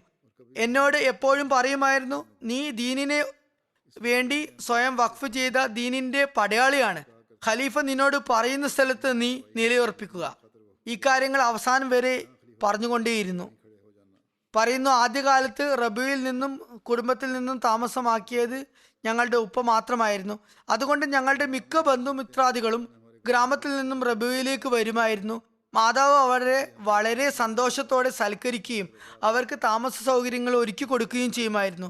വളരെ ഉത്തമമായ നിലയിൽ അയൽവാസികളോടുള്ള കടമകൾ നിറവേറ്റാൻ ഉമ്മയ്ക്ക് അറിയുമായിരുന്നു. എൻ്റെ സഹപാഠികളെയും സ്വന്തം മക്കളെ പോലെയാണ് എപ്പോഴും കണ്ടിരുന്നത്. എപ്പോഴും പറയുമായിരുന്നു, അന്യരാജ്യങ്ങളിൽ നിന്നും പഠിക്കാനായി വന്ന് ഹോസ്റ്റലിൽ താമസിക്കുന്ന വിദ്യാർത്ഥികളെ നീ വീട്ടിൽ കൊണ്ടുവരണം. അങ്ങനെ അവർക്ക് ജാമ്യയിൽ തുടർന്ന് പഠിക്കാനുള്ള ഒരു താല്പര്യവും ഉണ്ടാകുന്നതാണ്. ജാമ്യയിലെ മിക്ക വിദ്യാർത്ഥികൾക്കും അവരുടെ പരിലാളന ലഭിച്ചിട്ടുണ്ട്, അവരുടെ സ്നേഹം ലഭിച്ചിട്ടുണ്ട്. ഒരുപാട് മൊറബിമാർ അതിന് സാക്ഷികളാണ്. പാകിസ്ഥാന് പുറമെ ഇന്തോനേഷ്യ, ആഫ്രിക്ക തുടങ്ങിയ രാജ്യങ്ങളിലെയും വിദ്യാർത്ഥികൾക്ക് അവരുടെ വാത്സല്യം അനുഭവിക്കാൻ സാധിച്ചിട്ടുണ്ട്. അവരുടെ കയ്യിൽ ഉണ്ടാകുന്ന കാശെല്ലാം മുഴുവനായി മറ്റുള്ളവർക്കായി നൽകുകയോ അല്ലെങ്കിൽ അത് ചന്ത കൊടുക്കുകയോ ചെയ്യുമായിരുന്നു. എന്നാൽ കുറച്ച് കാശ് കയ്യിൽ വെക്കുക എന്ന് അവരോട് പറയാൻ ആർക്കും ധൈര്യമുണ്ടായിരുന്നില്ല. ഫീൽഡിലായിരുന്ന കാരണത്താൽ മൊറബി സാഹിബിന് അവരുടെ ജനാസയിൽ പങ്കെടുക്കാനായില്ല. ഞാൻ പറഞ്ഞു, അദ്ദേഹം ഫിജിയിൽ മിഷണറി ഇൻചാർജ് ആണ്, അമീറാണ്. അദ്ദേഹത്തിന് ജനാസയിൽ പങ്കെടുക്കാൻ സാധിച്ചിട്ടില്ല. അള്ളാഹു അദ്ദേഹത്തിനും ക്ഷമയും മനഃശാന്തിയും നൽകുമാറാകട്ടെ. അതുപോലെ അവരുടെ മറ്റു മക്കൾക്കും ക്ഷമ പ്രദാനം ചെയ്യട്ടെ. അവരുടെ നന്മകൾ പിന്തുടരാൻ അവർക്ക് തൗഫീക്ക് നൽകട്ടെ. മർഹൂമിക്ക് മഗ്ഫിറത്തും കരുണയും ചൊരിയുമാറാകട്ടെ. അടുത്ത അനുസ്മരണം കർണൽ ജാവേദ് റുഷ്തി സാഹിബിൻ്റെതാണ്. ചൗധരി അബ്ദുൽ ഗനി റുഷ്തി സാഹിബ് റാവൽപിണ്ടിയുടെ മകനാണ്.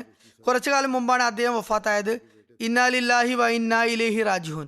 അള്ളാഹുവിൻ്റെ അനുഗ്രഹത്താൽ മർഹൂം മൂസി ആയിരുന്നു. ഫോസിൽ നിന്നും വിരമിച്ച ശേഷം മുഴുവൻ സമയവും ജമാഅത്ത് സേവനത്തിനായി അദ്ദേഹം മാറ്റിവെച്ചിരുന്നു. സെക്രട്ടറി താലീം, സെക്രട്ടറി വഖഫ് ജദീദ്, സെക്രട്ടറി റിഷ്താനാത്ത, അതുപോലെ ഹൽക്കയുടെ സെക്രട്ടറി വസായ എന്നീ നിലകളിൽ അദ്ദേഹം സേവനമനുഷ്ഠിച്ചിട്ടുണ്ട്. 3 തവണ സദൽ ഹൽക്ക സാറ്റലൈറ്റ് ടൗൺ റാവൽപിണ്ടി ആയിരുന്നു. ഒരുപാട് ദുആ ചെയ്യുന്ന വ്യക്തിയായിരുന്നു. വളരെ നിശബ്ദനായി ജനങ്ങളെ സഹായിക്കുന്ന വ്യക്തിയായിരുന്നു. വളരെ സഹാനുഭൂതി പ്രകടിപ്പിച്ചിരുന്നു.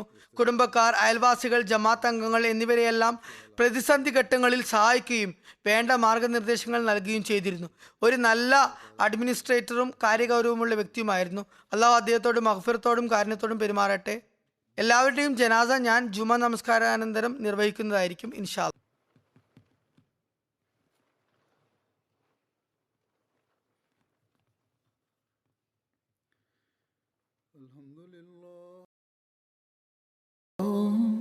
الحمد لله نحمده ونستعينه ونستغفره ونؤمن به ونتوكل عليه ونعوذ بالله من شرور أنفسنا ومن سيئات أعمالنا من يهده الله فلا مضل له ومن يضلل فلا هادي له ونشهد أن لا إله إلا الله ونشهد أن محمدا عبده ورسوله عباد الله رحمكم الله إن الله يأمر بالعدل والإحسان وإيتاء ذي القربى